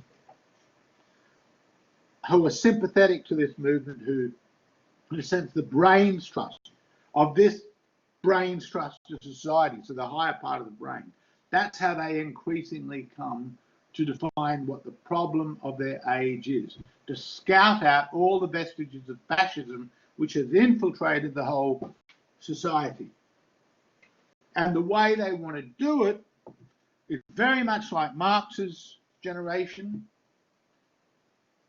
to start again. And they will see capitalism as a big part of the problem, which means they're setting themselves up with, again, just like that generation of Bolsheviks who were involved in the seizure of power, without any real in-depth understanding of the way a society works, without any real experience. They're the people who read the books. People who read the books. Limited number of books. They read the books that fuel their energy, that give them hope, that make them, help them to see that we should ask for the impossible. At the same time, unlike the Russian Revolution or the French Revolution, there's a sexual revolution taking place. There's a whole youth vigor and energy and social creativity that, on the one hand, is extraordinary, and I love much of this creation. I'm of that sensibility. I love rock music. I'm a musician myself. I love the kind of films that were being created, the works of theatre. It was an explosion of creativity. But the political side of it, ultimately, what it really didn't have was political experience or even any genuine historically, in-depth historical political knowledge. It was very happy to basically take Marxism or something akin to that, or create a variant of that, as we will see, in what it all can be summed up in one thing: it's against domination. And so this generation sees that heretofore all of humanity has only ever ended up where it is because of domination. And it starts to fragment. It's not well thought through at all. Because immediately, with its own guilt, it says, oh, well, we're colonialists, imperialists. So if it hadn't been for us, then the rest of the world would have been really good. Well, that's not true. Just go and read about the rest of the world. It's not true. This is not to defend colonialism, but imperialism of one sort or another is generally a matter of two things: scale and warfare protecting, and as well as encroachment to get more resources, but also protecting of its group. And this is a very cross-cultural phenomenon.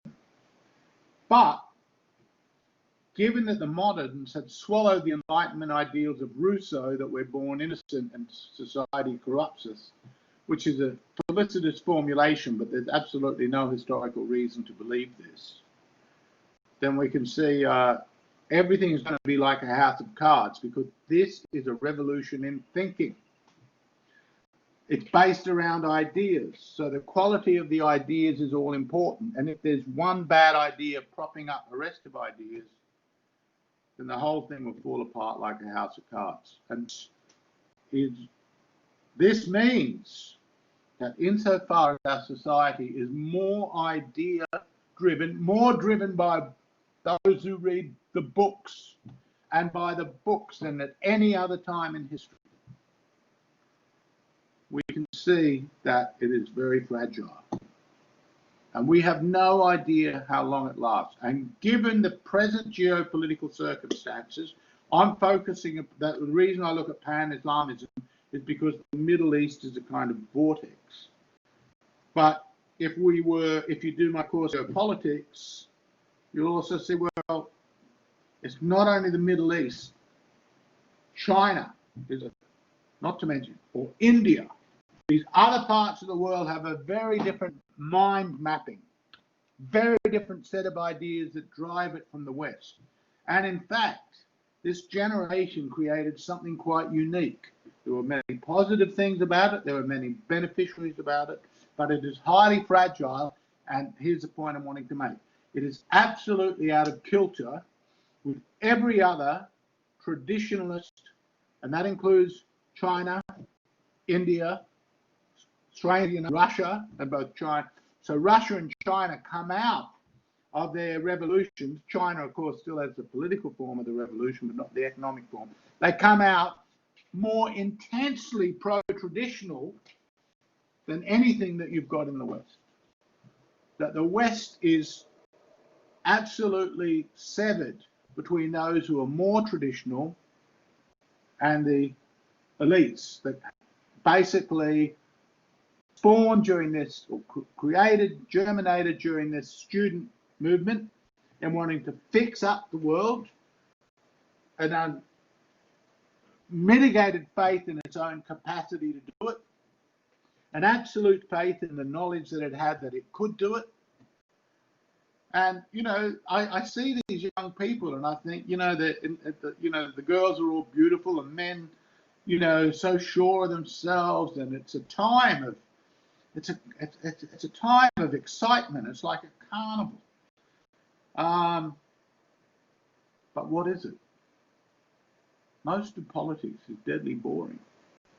It's trade-off. It's technocratic. It's getting knowledge, and then it's what to do when the knowledge you've got isn't good enough. It's all of this shit. And that's nothing like this. Okay, let's move on. It was student-led. Each one, as I said, tended to have a different impetus of what it was opposing. In France, because so many of the parents had been collaborating with the Nazis, they couldn't trust their parents. In Australia and the United States, parents' generations were prepared to send them off to war. They couldn't trust their parents. And then they could go back further and they could find how we treated indigenous people here or in the United States, slavery, or the reality of slavery, especially in the southern states, the mass slaughter of Native Americans, West Germany, the Nazi guilt, Italy, the fascist guilt. Everywhere there's been something for that younger generation to have this great mistrust. So what we're witnessing is, I think, so if when I come to the criticism I'm making of this, I think it's very understandable, and ultimately I think it's absolutely tragic that this generation is a tragic generation. It's a generation that comes out of the most horrific set of circumstances, which, apart from those going to war, but by and large the students themselves, most of them are relatively privileged against this. And yet, so that's on the surface. They've got more opportunities, more economic wealth than any younger generation in the history of humankind. But yet the one thing they don't have is a secure set of stable social meaning that has been passed down by their parents' generation, because that meaning has been torn up in the context of all the horror that has transpired through the world wars, and now a further looking back in an attempt to explain how this all happened. And in the main, the Marxists would be leading the running on how and why it happened. And there was a lot of truth in what they said. It wasn't completely true. And that's why I keep saying, when you're looking at conflict, you realize how ubiquitous it is. But certainly, compared to those that were simply saying, look, it was all hunky-dory, the American founders, it was all marvelous, and they didn't mention the slave owning of someone like Thomas Jefferson, for example. He was a southern plantation owner, things like this. You could see that this generation would start to be torn apart psychologically at one level, and compensating for this by its splendor, its creativity, its new opportunity, its enthusiasm. I mentioned there are occasional alliances with the working class. In Italy and Germany and in France, the communist parties were relatively stronger, and there was some support with them. I also mentioned it was not only a sexual revolution, but there was a civil rights revolts in the USA, and the civil rights revolt basically created a template then for every other kind of identity group's politics by stressing the lack of rights that a group had, the lack of women's rights, the lack of gay rights, the lack of rights for the environment. I'm not actually sure what that means. I know what it means, but I think it's a most unfortunate kind of parlance. But I've noticed, there is a kind of environmental rights talk. That would take me too far afield into the nature of rights. But if you do my political ideas, of course, you'll get a better understanding of what rights are. But ultimately, rights are, I'll give you the short version. A right is a claim to recognition that is made by a group on behalf of another. Obviously, when you're talking about environmental rights, you're talking about natural phenomena which you have to choose some as against others, because you'll start to see very quickly when you reflect further on that there's no trees speaking on behalf or species speaking out on, they can't do that. So this rights tool is a very confusing way to talk about issues around environmental protection legislation and things to try and make ultimately lead to a world in which, you know, the environment is protected, it's nourished, it's cultivated, blah, blah, blah. Okay. There were also prison rights, were a big thing in the 1960s. And one of the things that spread up was pedophilia rights. People nearly all forget this, and I recommend Julian Borges's book on 1968, because it was quite prevalent, and I remember this very well. And one of the things I've really noticed is the way that history frequently gets rewritten, and that has tended to be rewritten out of history. And one of the people that was very supportive of this was a guy called Michel Foucault, who I'll talk about later. But it was, and then the pressure coming out of the sexual revolution was to push down the the age of consent. And there were all sorts of movies. There was a movie in Australia called The Age of Consent, and it was all very, you know, voyeuristic. There were lots of photographs, semi-naked or fully naked teenage girls. There was songs about falling in love with someone young. It was very much part of the youth culture. As the development of these other ism movements, especially feminism, have become more institutionalized, there's been a massive cultural shift away from that. So now we see school teachers, for example, who have sex with their school children, with school children, and older school children, you know, 16 or 17 or 15, many times above even the age of consent, but the age of consent has tended to drift upwards. There's a whole other mindset around sexuality. I was watching a TV show the other night, which again confirmed this, and it was about a sex trafficking ring. And there's a scene in which there's a girl, she's probably 16, is with an older man, and then everyone is aware of this in the hotel. I won't go into all the details. And the look of horror on their faces. And all I can say is that's not the kind of thinking that was occurring in the 1960s. And that's why also all these famous celebrities have since been locked up. Rolf Harris being one of them, for example. There was a whole other mentality around sexual mores. I'm not saying what's right, I'm not saying what's wrong. I'm just wanting to say that this demanding of the impossible, this emancipation movement was initially being played out in a very, I said carnivalesque, in a sense, boundlessness. Ultimately, the feminists would start to react to uninhibited male sexuality and recognize that, which it is, uninhibited male sexuality is a very dangerous and damaging thing. And it's generally why cultures have always had to control this in some ways.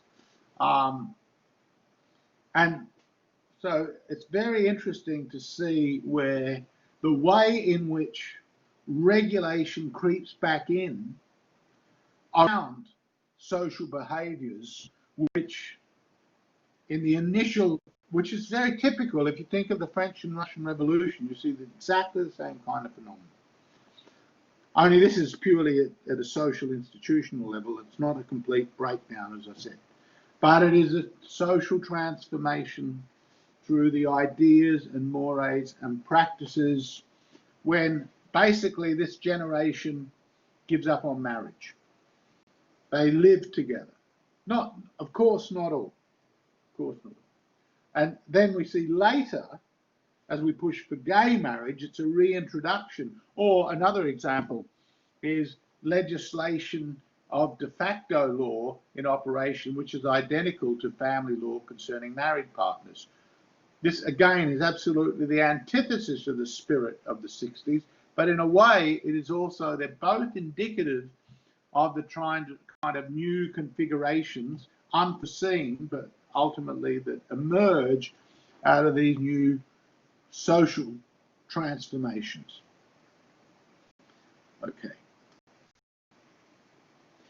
There were some terrorist groups. The main ones was in Germany and in Italy, but there were others. But the Red Army faction, the Red Brigade in Italy, and in the US there was a Weatherman, there was a Symbionese Liberation Army, Patty Hearst, what was she, the granddaughter of William Randolph Hearst, a great media mogul in the United States. She had been held and then participated in bank robberies for the Symbionese Liberation Army.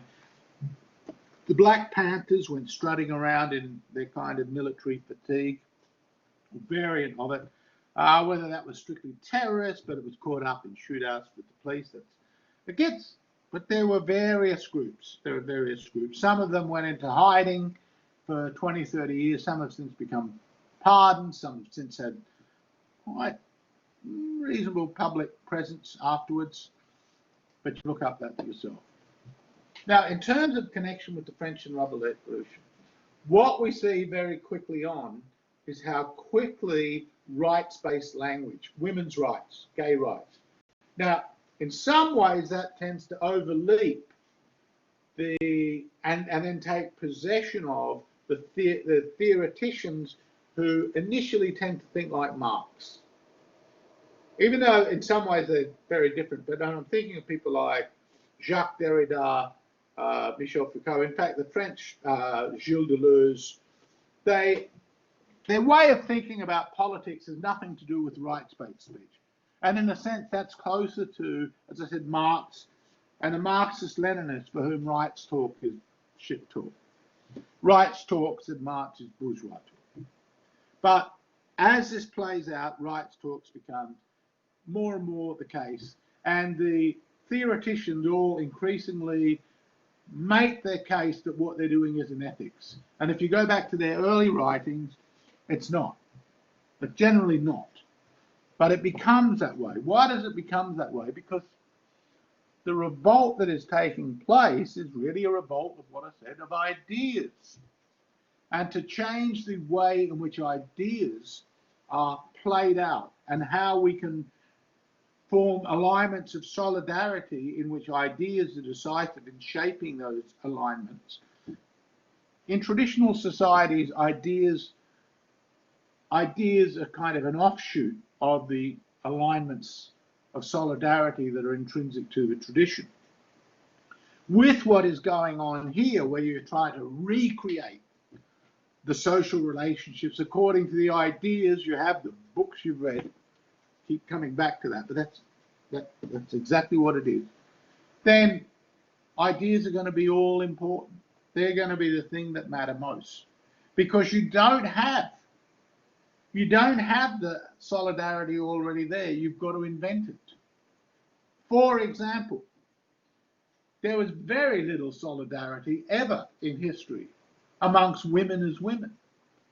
There wasn't a natural solidarity.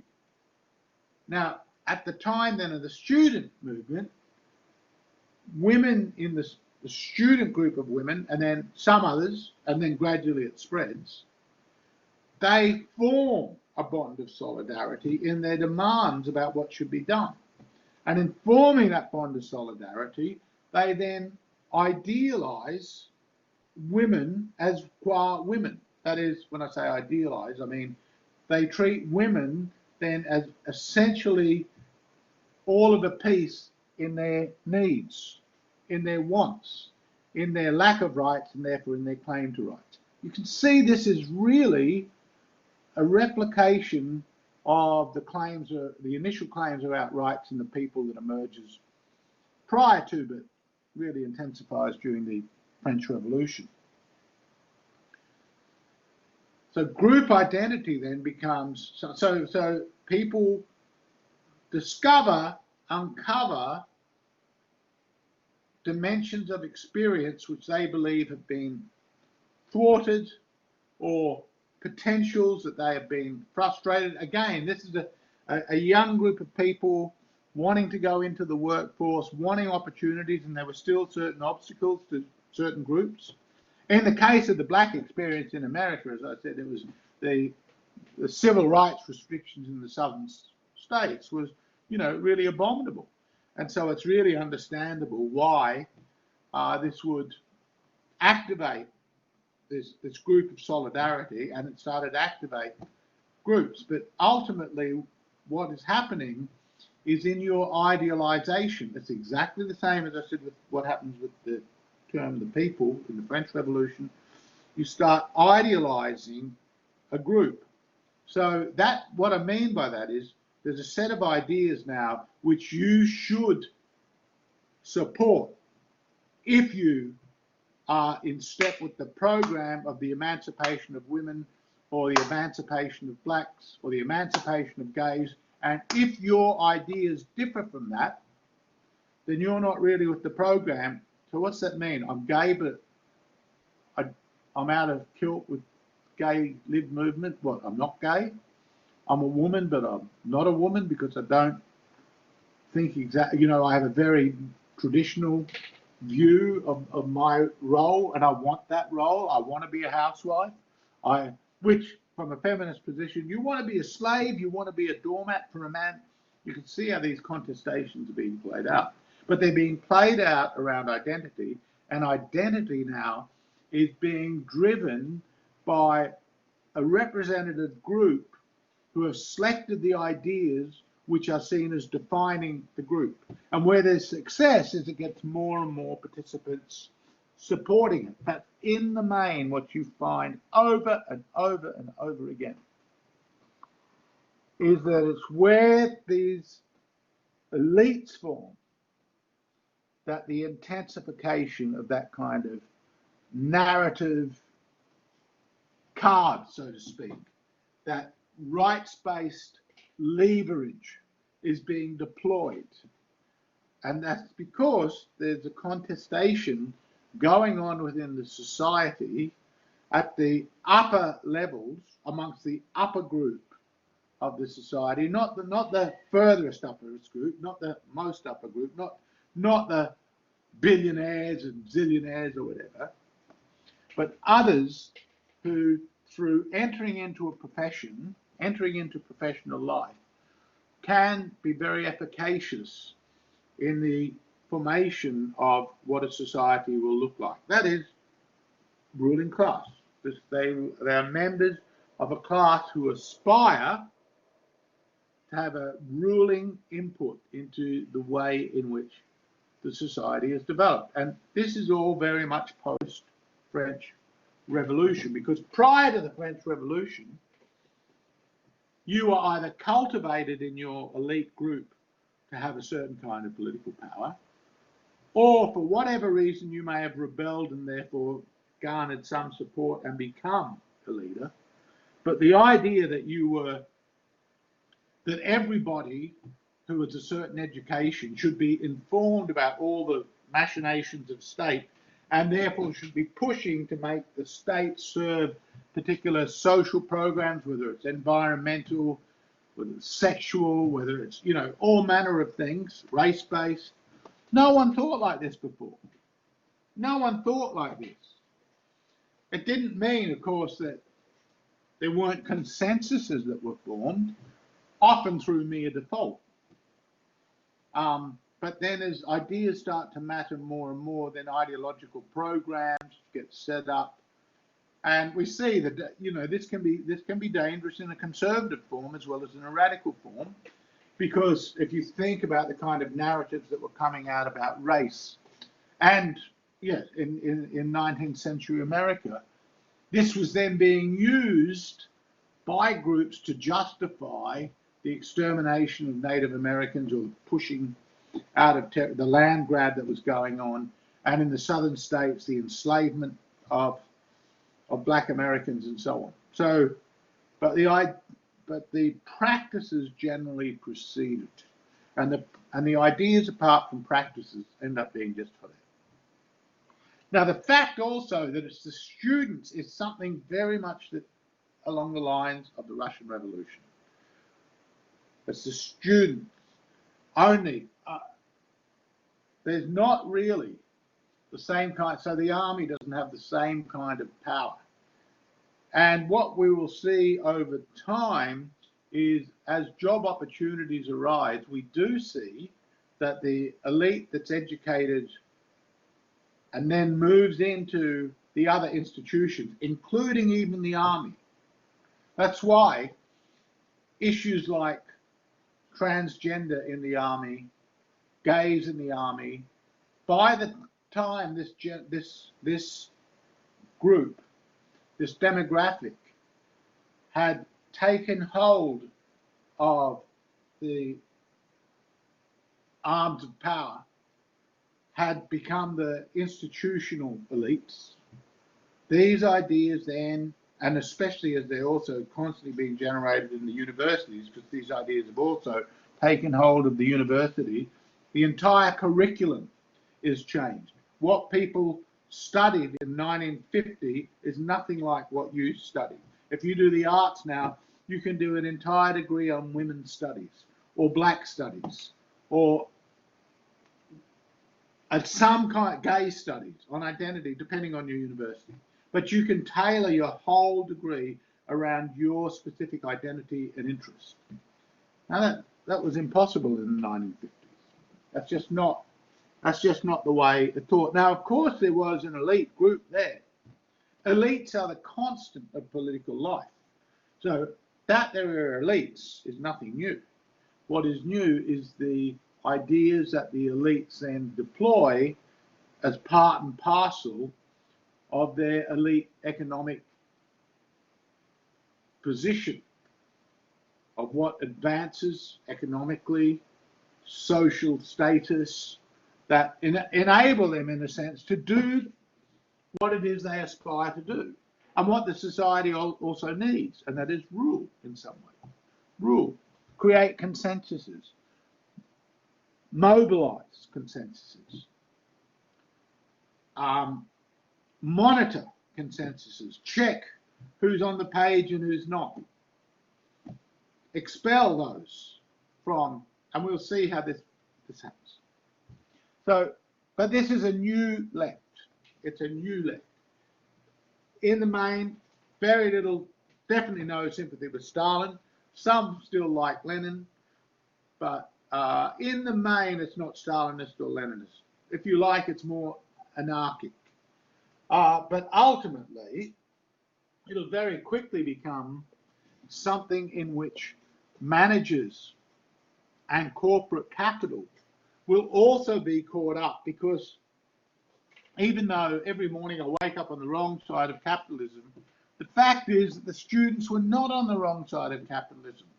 They were the beneficiaries of a market system and of state positions in which they could rule. They're the beneficiaries. They're not the losers. And you could only say they were the losers if you knew some economic system which wouldn't have capital. And as we saw, well, Stalin has delivered that. But the same students would have been having a very different revolutionary consciousness if they had been born in Russia. It wouldn't have been demand the impossible. It would have been modernized, industrialized, etc., socialized. There were small groups of Maoists, especially in Paris, small groups of Trotskyists, so it was a time in which all these groups. Marxist theory would be very important. I'm going to run through this quickly. I want you to read what Gramsci says, but he's a master of spiritual and moral life. He's a moral life. This is going to bring everything home. Basically, Antonio Gramsci, who was imprisoned under Mussolini by the fascists, had recognized that the management of a state, the management, is dependent upon an elite. And it was basically elite theory was mainly developed in Italy. And the best, and I've mentioned him before, Gaetano Mosca, who was much more sympathetic to the liberals and very anti-fascist, and also very critical of the communists. His work is the best. Two others that were, to different extents, supportive of Mussolini were Vilfredo Pareto and Roberto Michels. And both of them ended up, but they were both driven by elite theory. In the case of Michels, he was a socialist who then became a fascist, just as Mussolini, the leader of the fascist party in Italy, had been a socialist who had become a fascist. So something about the Italian experience, I think, wisened up Gramsci to the reality that its elites are driving the show. And what he's basically saying is we need a Marxist educated elite. And if they can then take civil society, then we can have the change in the economy. So this was, again, the antithesis of Marx saying first you get the economy going and then the rest. But you may also recall me saying that in a very late interview in Marx concedes that you have to educate people for socialism. So in a sense, it's already, and if you're going to get people to do this, they have to believe in it, they have to know it. And Marx had basically thought it would spontaneously arise, and then he realized, well, it ain't going to happen that way. Now, Gramsci's influences, he's writing for an Italian audience, but he then gets rediscovered in the United Kingdom especially, and then in the United States with this generation, the 60s revolt generation, as his writing gets translated. And the thing is, the reason he speaks to that generation is here you've got the elite who are going to move into civil society. They're going to work in schools, universities, they're going to work in businesses, they're going to work in corporations, they're going to be managers, they're going to make films or whatever, you know. You go into civil society, so that means not just the state, but you go into civil society, and you bring your ideas there and you change the institutions. So Gramsci is really a theorist who lays down a program, but the program he lays down is actually the only program open to you if your ideas are driven in any shape or form by the ideas of Marx. And then, as it becomes increasingly obvious, which it wasn't so in the mid-1960s to this generation, but much later, and definitely now, no one, well, you know, there's a few, very few, think that they can completely eliminate the market. Some will speak of market socialism and blah, blah, blah, but that's just squaring circles.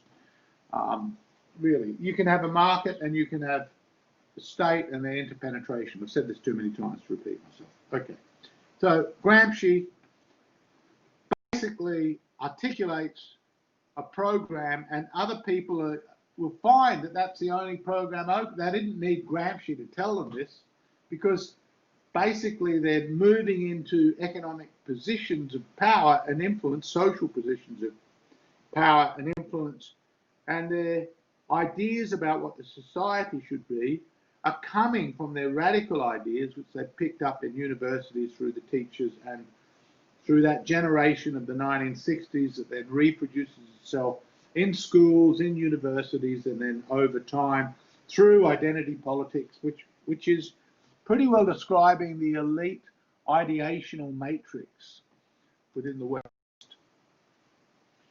Generally, what we see is this moves quickly into anti-domination. If I had more time, I would go into more detail about all of these figures. I'll just mention them very quickly. Lukács had been one of the earliest to look at literature, and he was basically in favour of cultural transformation through literature, but he was really still serving. He writes a book on Lenin. He's still more mainstream Marxist. Just a minute, I've got to go. Hold on there for 2 minutes. Something else has just occurred. Just 1 second. I'll be back.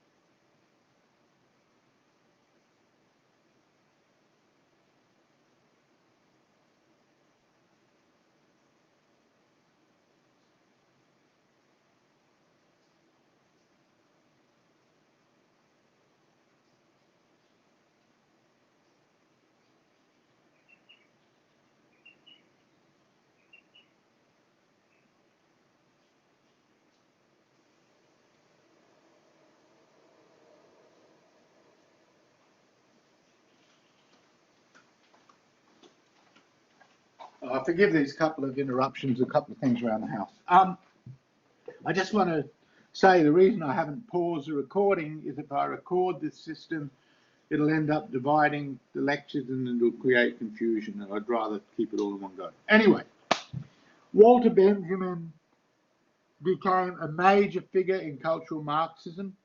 In this passage on the right, which you can read, he is basically presenting the argument that the revolution is not as a result so much of progress, and in this he's quite against Marx, even though he uses much of Marx, but he is saying that basically the history is a story of conquest, and his philosophy is to try and bring back the voices of the silenced, the repressed, the oppressed. So it's all the oppressed. And in this, what he does is that he moves way outside of the confines of Marx's view of the proletariat as the emancipator, even though he still wants to side with the proletariat. But it's opening up to all these groups, including the group that Marx had called the lumpen proletariat, which is basically the riffraff, the pickpockets, the beggars, and the word lumpen in German means scum. So there's the scum of the proletariat. See, the way Marx thought is revolution would occur amongst the industrial proletariat because they were in a position in which they could usurp the processes of production, and in usurping and expropriate them, taking because they formed bonds of solidarity in working together, and then they knew how to work things for the good of society. That was his thinking. Benjamin scraps that. He's just saying what capitalism does, it creates all these outcasts. And these outcasts then can all bond together and rebel, but there's nothing really progressive about this. It's not a sense of building upon building a sense of progress. In fact, history is a story of mounting debris of horror and chaos. So what Benjamin wants is a new way of thinking. It's, again, absolutely ideational. And so for him, the components of culture are all important because they basically brainwash people. So if people could see the way things are, which he's explaining, that there's all this capitalism is bad because it commodifies everything, it poisons human relationships, and this poisonous search for profit ultimately breaks the bonds of solidarity that we would have were that absent. Now, just briefly, the bonds, the terrible problem with that is he's assuming that we would have these bonds of solidarity because we've been all oppressed. And this is the picture that increasingly seizes the imagination of most of my contemporaries, that we are all oppressed unless, like me, you're a white, male, privileged, heterosexual, then you're not oppressed. Then you're part of the problem. This is how, now, Benjamin himself is not thinking with that degree of precision, but that's ultimately what comes out of this kind of cultural Marxism, and then the identity politics, which, as I said, jettisons all these aspects of Marx, except for the idea that you can critique, well, there's a number of ideas they keep, but major ideas that you can critique all of society because you've got the wherewithal, the knowledge of society and all of history. You can critique that, you can build a better world if we all act in solidarity. Again, exactly act how, do what? Not oppress each other. That always seems to come back, but what does that mean? Again, as in Marx, it's absolutely lacking in detail. A contemporary of Benjamin, and Benjamin also uses all this theological language, basically the redemption of suffering. Benjamin also uses this very famous phrase, the logical result of fascism is the introduction of aesthetics into political itself. alienation has reached such a degree that it can experience its own destruction and aesthetic pleasure of the first order. This is a situation of politics which fascism is rendering aesthetic. Communism responds by politicizing art, and that's a great formulation of what will become. So it's no accident that the most radical component of the humanities today, which is unlike in the 1930s or 1920s, but it's in literary theory. And in literary theory now, and I've written a book, another book I'm plugging with a friend of mine called Baudelaire Contre Benjamin, where I critique this in depth.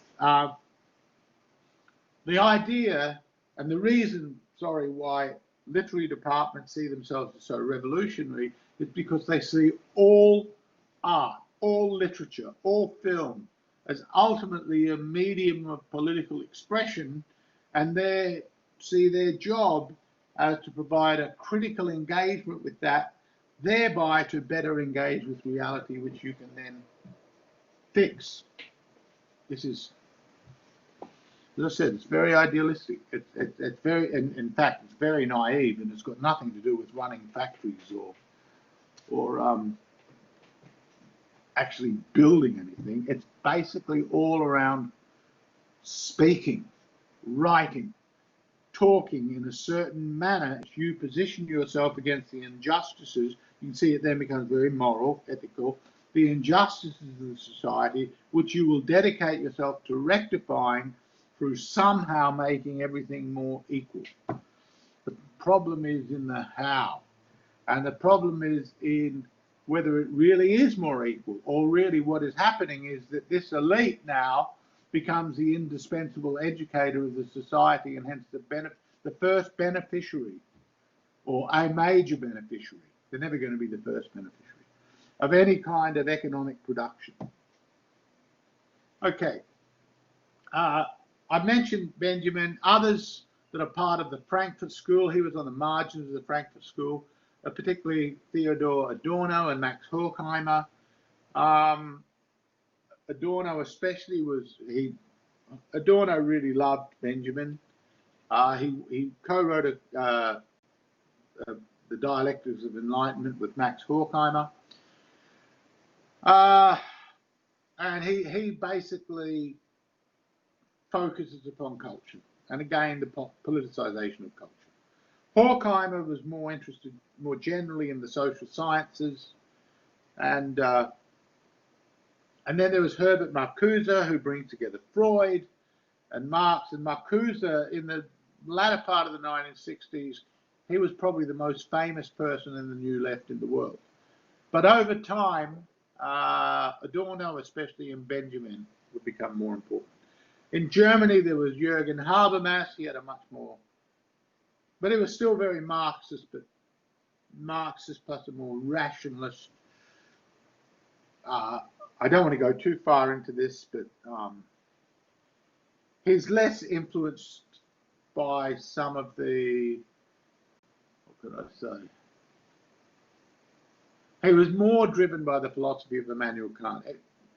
Although it was very Marxist, Marxism, remember me saying, is not rights-based, it gravitated to a more Kantian kind of set of ideas around rights, which remained basically in the background for much of theory, but ultimately you can see that informing his thought. I think he really reached his high point in the 1990s, and he ends up now just a kind of wise old man supporting of the European Union, integrated Europe, human rights, etc. In France, there was a whole other trajectory, and if I had more time, I'd love to go into depth on this, but I can't.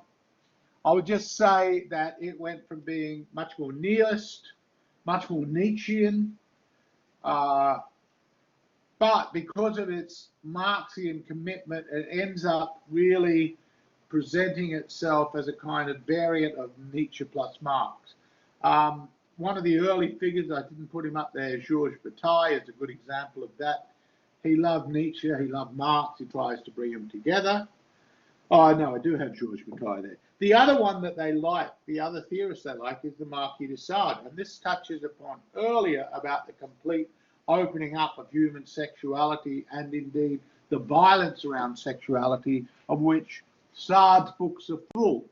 But now this is all being kind of brushed to one side, or else Sartre is read in a way that makes absolutely no sense. Anyone who reads Marquis de Sade will see that it is a bloodbath of orgiastic sexuality involving the torture and murder of children for sexual pleasure and other adults. It's and there's, you know, the justification of it by these French intellectuals was, oh yes, but this is just the imagination and blah, blah, blah. Okay. Gilles Deleuze would write a book on Nietzsche in which he basically makes Nietzsche out to be like a Marxist of the 68 variety. Look, one of the things that's definitely happening is that Nietzsche increasingly becomes incorporated into this narrative. He's very important to Michel Foucault, for example. He's important to Jacques Derrida. He comes incorporated in the narrative. Basically, Nietzsche wanted a higher elite culture, the Superman. He mainly directed his energy against what he thought was creating a more cultural death-like species, the herd, and the people like Deleuze basically read Nietzsche as if a Marxian revolution of a sort would overcome that. Michel Foucault would eventually get really pissed off with the Marxists, but ultimately he's still arguing against oppression, and it's a kind of mishmash of Marx and Nietzsche, in which the primary thing he's looking at is the way in which power and knowledge operate through systems. His writing is very much against the elites of the day, the narratives of the day. He talks about discursive regimes, the way in which a narration is deployed by a professional class that gets power through that narration and then occupies institutions and then reproduces itself. Now, Foucault is great. The only problem with Foucault, but it's a central problem, the only problem with Foucault is that once the kind of narrative he supports becomes internalized and deployed for institutional reproduction, for social advancement, prestige, professional advancement, which is exactly what happens. And he didn't live to see it, but it happens during the 1980s. It's already, and it's absolutely happened by now. Then the question is, well, how do you play Foucault against Foucault? And he has no answer to that, because he always sees himself as an oppositionalist, like the neo-Hegelians, oppositionalist. You're opposed to domination. You never envisaged that you could be the dominators. But we saw with the French and Russian Revolution that the outside elite becomes a new elite. People who read the books get the people who don't read the books to do their work, and then the people who read the books sit around the table, and it's the other people who are the victims. So from that movie, I'm just repeating. Look, there are various others. I'm not going to go into them now. A big influence upon them was unfortunately hidden under this part of the slide, was Martin Heidegger. The reason Martin Heidegger becomes very important, he was actually a Nazi, so they have to deal with that. And this was something Derrida really was caught up in, this conflict. Not only was Heidegger a Nazi, and there started to become attacks upon Heidegger, upon Derrida, when the extent of Heidegger's involvement with the Nazis, which everybody had known about, but the extent there was much greater than had been known previously. This came out towards the end of the 1980s. And because Derrida had so heavily tied in his philosophy with Jacques Derrida, with Martin Heidegger, this was used against Derrida. In fact, in one work, this guy beneath him, Emmanuel Levinas, is savagely criticized by Derrida in a work from a position of Heidegger, because Emmanuel Levinas had been arguing for an ethics in which the basis of it is we look upon the face of the other, and that is the first condition of any kind of being. So ethics precedes being. I'm just summing this up very quickly. It's philosophically, I think it's terrible. I just think it's a fabrication. It's absolutely implausible. But Levinas became a really big hit in the 1990s, and Derrida went from being an opponent of Levinas to siding with Levinas, especially after Heidegger is criticised. Derrida had also got in trouble. So these are guys that are really the elite of people in university studying literature, some in philosophy, cultural studies, these new disciplines. Literature studies wasn't a new discipline, but the generation that had become employed were a new generation, and they completely changed the nature of the discipline internally. Derrida is also in trouble because he was very close to a leading literary critic called Paul de Man, and at the same time as the stuff on Heidegger was breaking, it had came out that Paul de Man had actually written all this pro-fascist stuff when he was in Belgium as a young man as a literary critic. And he had gone off to, I think it was Yale or Harvard, I can't remember which university, and he was teaching literature from there. He was a big name, big wig in literary studies, all politicized, heavy politicized reading, social transformation through literature, the whole panoply of stuff. And then this comes out. So Derrida, he was fighting for his intellectual life, and so he ends up ditching Heidegger. Why? What were they getting from Heidegger? Especially Foucault, Derrida, to some extent Levinas is critical, but taking on this. Well, Heidegger had basically made an argument that there was something rotten at the very basis of Western civilization. Although he was a fascist, after the defeat of the Nazis, he would reposition, this is Martin Heidegger, reposition himself as a kind of sage and seer, overlooking the entirety of the culmination of the Western experience in terms of the explosions of the technologies of the 20th century and the wars of the 20th century. And he provides a philosophical diagnosis of this. And that's really taken on board by this. There's many others. Look, the point about them all is that all of them attack, they do it in different ways. They have different emphases. They fight amongst themselves. They're not, for example, Foucault writes the preface to Deleuze's and Guattari's book Anti-Oedipus, which is kind of an attack upon psychiatry and the family. And Foucault writes the preface to it, but Foucault privately, he can't stand the book. Derrida and Foucault have a big falling out, and so on. So there's all this squabbling, but what they all have in common is they basically see that Western thought is governed by system. It's what they call totalistic. And the real truth of fascism is its systemic inherence. It's totalizing nature. So the West is basically a totalizing system of oppression. And they are trying to find ways to revolt against this. So it gives everybody the feeling who accepts their theories that what they're really doing is overthrowing this horribly oppressive system of domination. It's a system of domination. And fascism then is the real truth behind the whole system. This is what basically unites all of these things. It's often called postmodernism. That term would be popularized. He's not the first to invent it, by Jean-Francois Lyotard. Very famous book at the time. And in the 1990s, the term postmodernism became ubiquitous.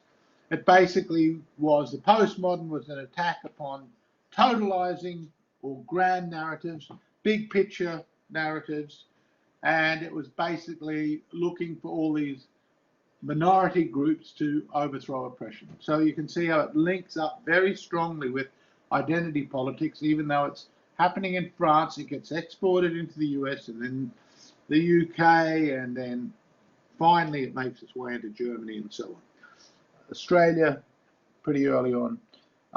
But, you know, it's very clever. These are very clever guys, but I can tell you it's philosophically full of all these problems. And the biggest problem with it is no one there, not one of those people, is a serious social historian. Michel Foucault does a bit to support the general claims about the epochs he's writing about, but none of them is doing a proper political science investigation of the history of power struggles and elites. They all are marshaled around the objectives that they're pursuing, that is anti-domination. So they're flawed from the outset. And this is why there's so many courses and books today which are deeply flawed in this way, because they are not looking robustly and seriously enough across a range of historical materials in a more dispassionate and disinterested way, because they found the key to the problem. They know what the key is. If you say there's multiple problems and every solution has another problem, then you can't really do this. Then you see this is deeply unsatisfying. Now, in the US, there would be another kind of anti-domination. The French would eventually come over, and then some of the German stuff would come over. That would be later. But there would be feminism, the whole stack of feminists. There would be black liberation writers like Malcolm X, Angela Davis, Eldridge Cleaver. There would be a general theory of justice by John Rawls in 1971, very famous book. It basically said that we can come up with a principle that will guarantee as much equality as is perfectly reasonable if we just but imagine ourselves behind a veil of ignorance. And it's basically an attempt to get policy to gravitate around a principle which will be more egalitarian-like. So this is moving through here. Ronald Dworkin, a legal theorist, writes all this stuff in support of affirmative action. That will then ultimately impact upon institutional selection of students who can get into medical school, and then race background, so identity politics features there. Diversity will become a key word. Now it's a key word in institutional, and including corporations, not just universities, in education, schools. It becomes a key word in the ideational narratives that are the fallout of the 1960s revolt. So these ideas that I keep coming back to are intrinsic in the design and reproduction of systems and the types of people and the narratives that are selected to function within these institutions, and thereby in their functioning help create the society that conforms to the world that they want to do. As I said, it's nothing like what's happening in China, Russia, India, so it's completely got a different set of emphases. Queer theory will take off, fluid sexuality. Judith Butler will be the major person. I am an editor of a journal, and we've just had a whole issue devoted to Judith Butler's work. I don't think that highly of Judith Butler's work personally, but that's not the issue. She's a big name, and this kind of theorizing in which your sexual identity is an all-important thing. Now, this is quite incredible, because the way in which the modern has so positioned one's sexuality within your framework of meaning of one's individual life, it's absolutely staggering. So now, to some extent, you could say that in religious traditions, Christian, in a very different way, the Muslim tradition, very different way, but there's some overlaps on some things. They've also positioned sexuality as a potentially diabolical and dangerous force. That is true, especially the Christian. Islam is a more, on the one hand, it's much more affirmative of a certain kind of sexuality, but certainly not gay sexuality, for example. But in those cases, sexuality figures around a larger vision of life's purpose, whereas what is very interesting is the way it figures so highly in more modern narratives around the self is because there's almost nothing else. There's equality and sexuality, but these are both certainly equality is a very abstract term, and one's sexuality is you're taking a feature of life as the central feature of your identity. So an aspect becomes an essence, in a sense. This is symptomatic of the kind of things that really start to matter in our society, and it's why those societies which don't think like this look on with horror at the West, because they ultimately see a kind of turning in upon the self, which leads to a proliferation of groups in conflict, men versus women, blacks versus whites, heterosexuals versus gay people, and so on. And that's exactly the antithesis of the kind of stability that other places in Africa, in China, in India, and in the Muslim world want to develop. Okay. Let me sum this up. The ideas that gained currency were oppositional. Opposition to capitalism, sexism, racism, colonialism, Eurocentrism, conservatism, the family, traditional religion, militarism, environmental destruction, all in opposition. Of course, there's some creativity comes out of this, but ultimately, in terms of narrative, institutional empowerment, you can see that you can just keep doing this. You can always find something to oppose. The question is what you built ever going to be something that gives any kind of nourishment, provides any kind of real solidarity? Or does everything start to turn against itself? If the Russians and the Chinese, if you see what they say about the West, certainly the elites there, you'll see that this is precisely what they oppose in the West. Because it does leave the West in a very fragmented state. This leads to all sorts of policy and legislation shifts, affirmative action, multicultural laws, environmental laws, changes in marriage laws, etc. Now, new kinds of social alliances amongst minority, so, you know, women, blacks, indigenous, and somehow in this new left narrative, they all should line up, but in fact they don't, of course. If you, for example, the role that race is now playing in North America in women's movement stuff, or transgender is playing in women's movement stuff, completely splintering. And of course it would. This is part of the problem. And the other part of the issue is a person is not just one thing. Marx was, I criticize Marx for seeing the industrial proletariat as all of a piece in their needs, and not fully understanding the divergencies within working class interests themselves, as the divergencies within capital, even though he touches on it but doesn't think it through. It's exactly the same thing. Because ultimately people are driven by a multiplicity of interests. Because we have many features. So there's a kind of essentialism around this kind of ideaism that is built up. So Each player, though, is also wanting to find ways of attracting resources, especially insofar as they're brokering in ideas.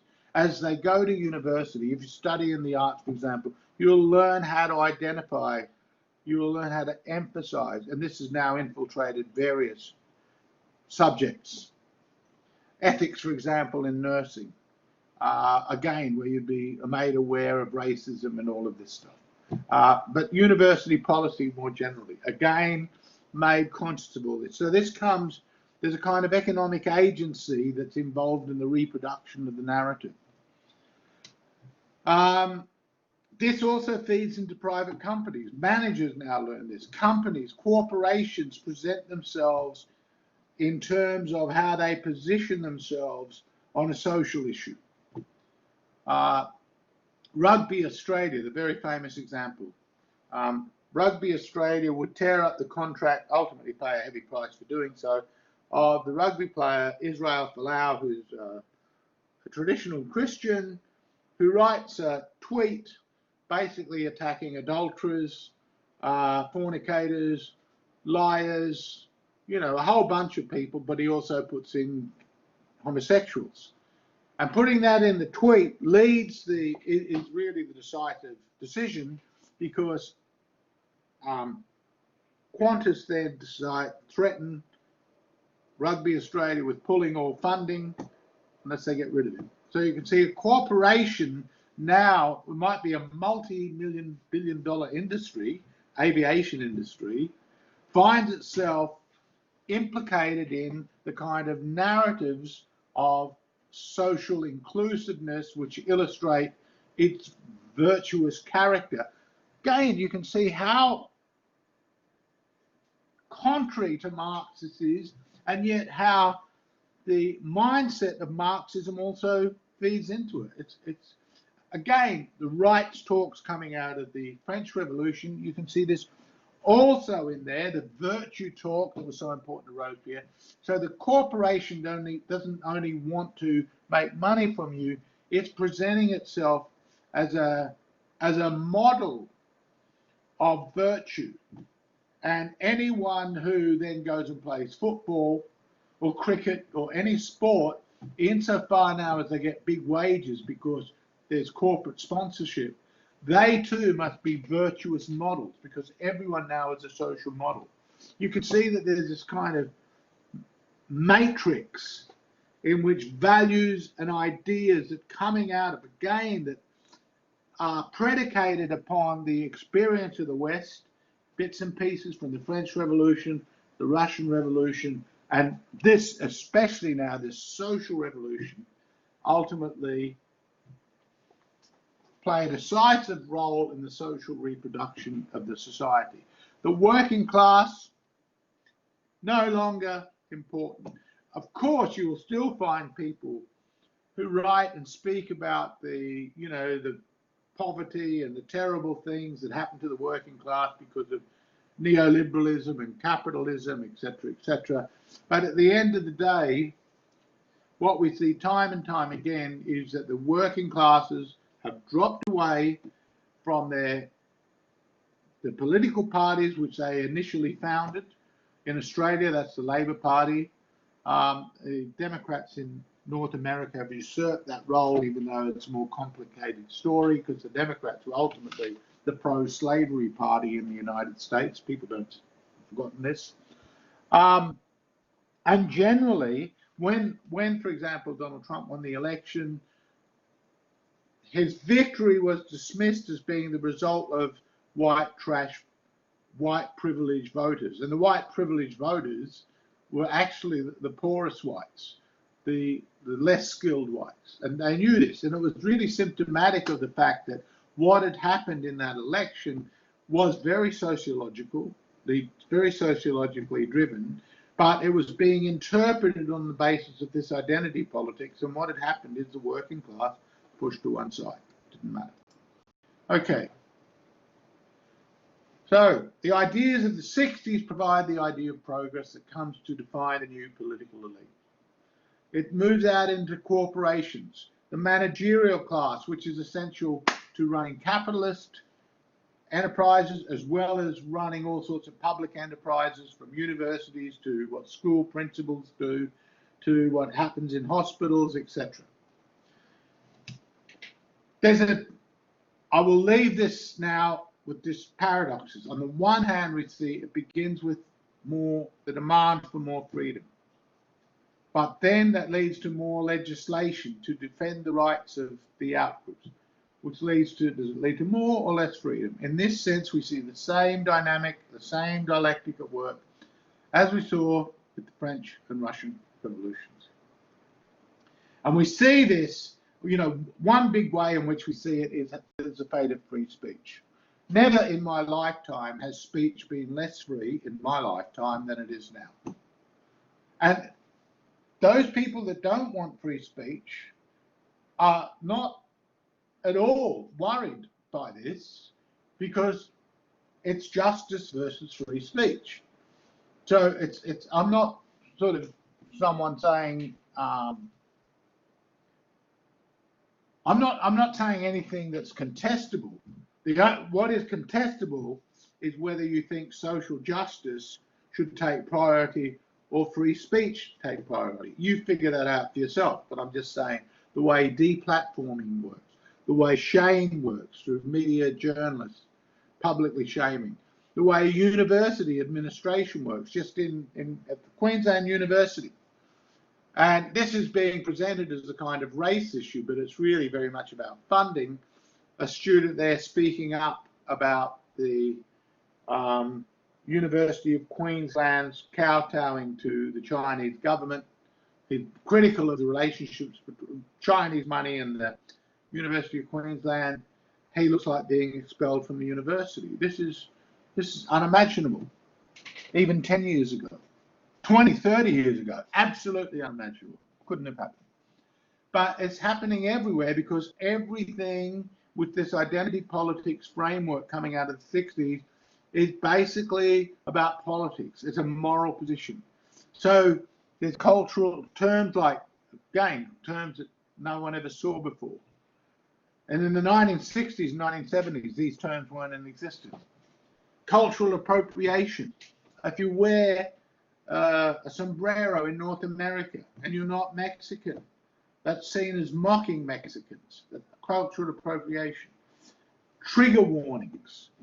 So you're going to read this book in a class in literature, but we've got to warn you that something will offend you. Safe spaces. Certain things must not be said. Certain groups may not even be allowed in. Everything is political.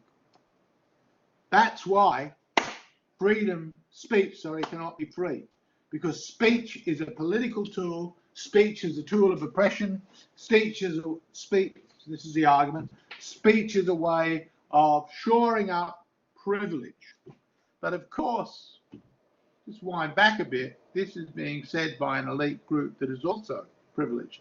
This is the next, and when it's taking place amongst the student movement, where these ideas in North America especially, but also in the UK and on the eastern coast in Australia, or the bigger urban centres in Australia, it's not uncommon. Of course, this is really bound up with the fact that you have, just as in the 60s, that group that wanted to overthrow the societies were going to be the next generation of the employed in the major positions of prestige and power and influence. It's exactly the same. Paradox 2. Authority was previously seen as something to be opposed, but now that they're here, the new knowledge, anyone who opposes that is really to be ostracized and branded. Ultimately, I'll come back to Foucault in the last minute. He had been a critic of professional knowledge. He was one of the great thinkers of this epoch. He had seen a society of surveillance and discursive regimes, and he had opposed it because of the process of normalization. What's normal, thanks to the French Revolution, the Russian Revolution, and the social revolution of the 60s, has been completely transformed. And this is the world we live in. Thank you.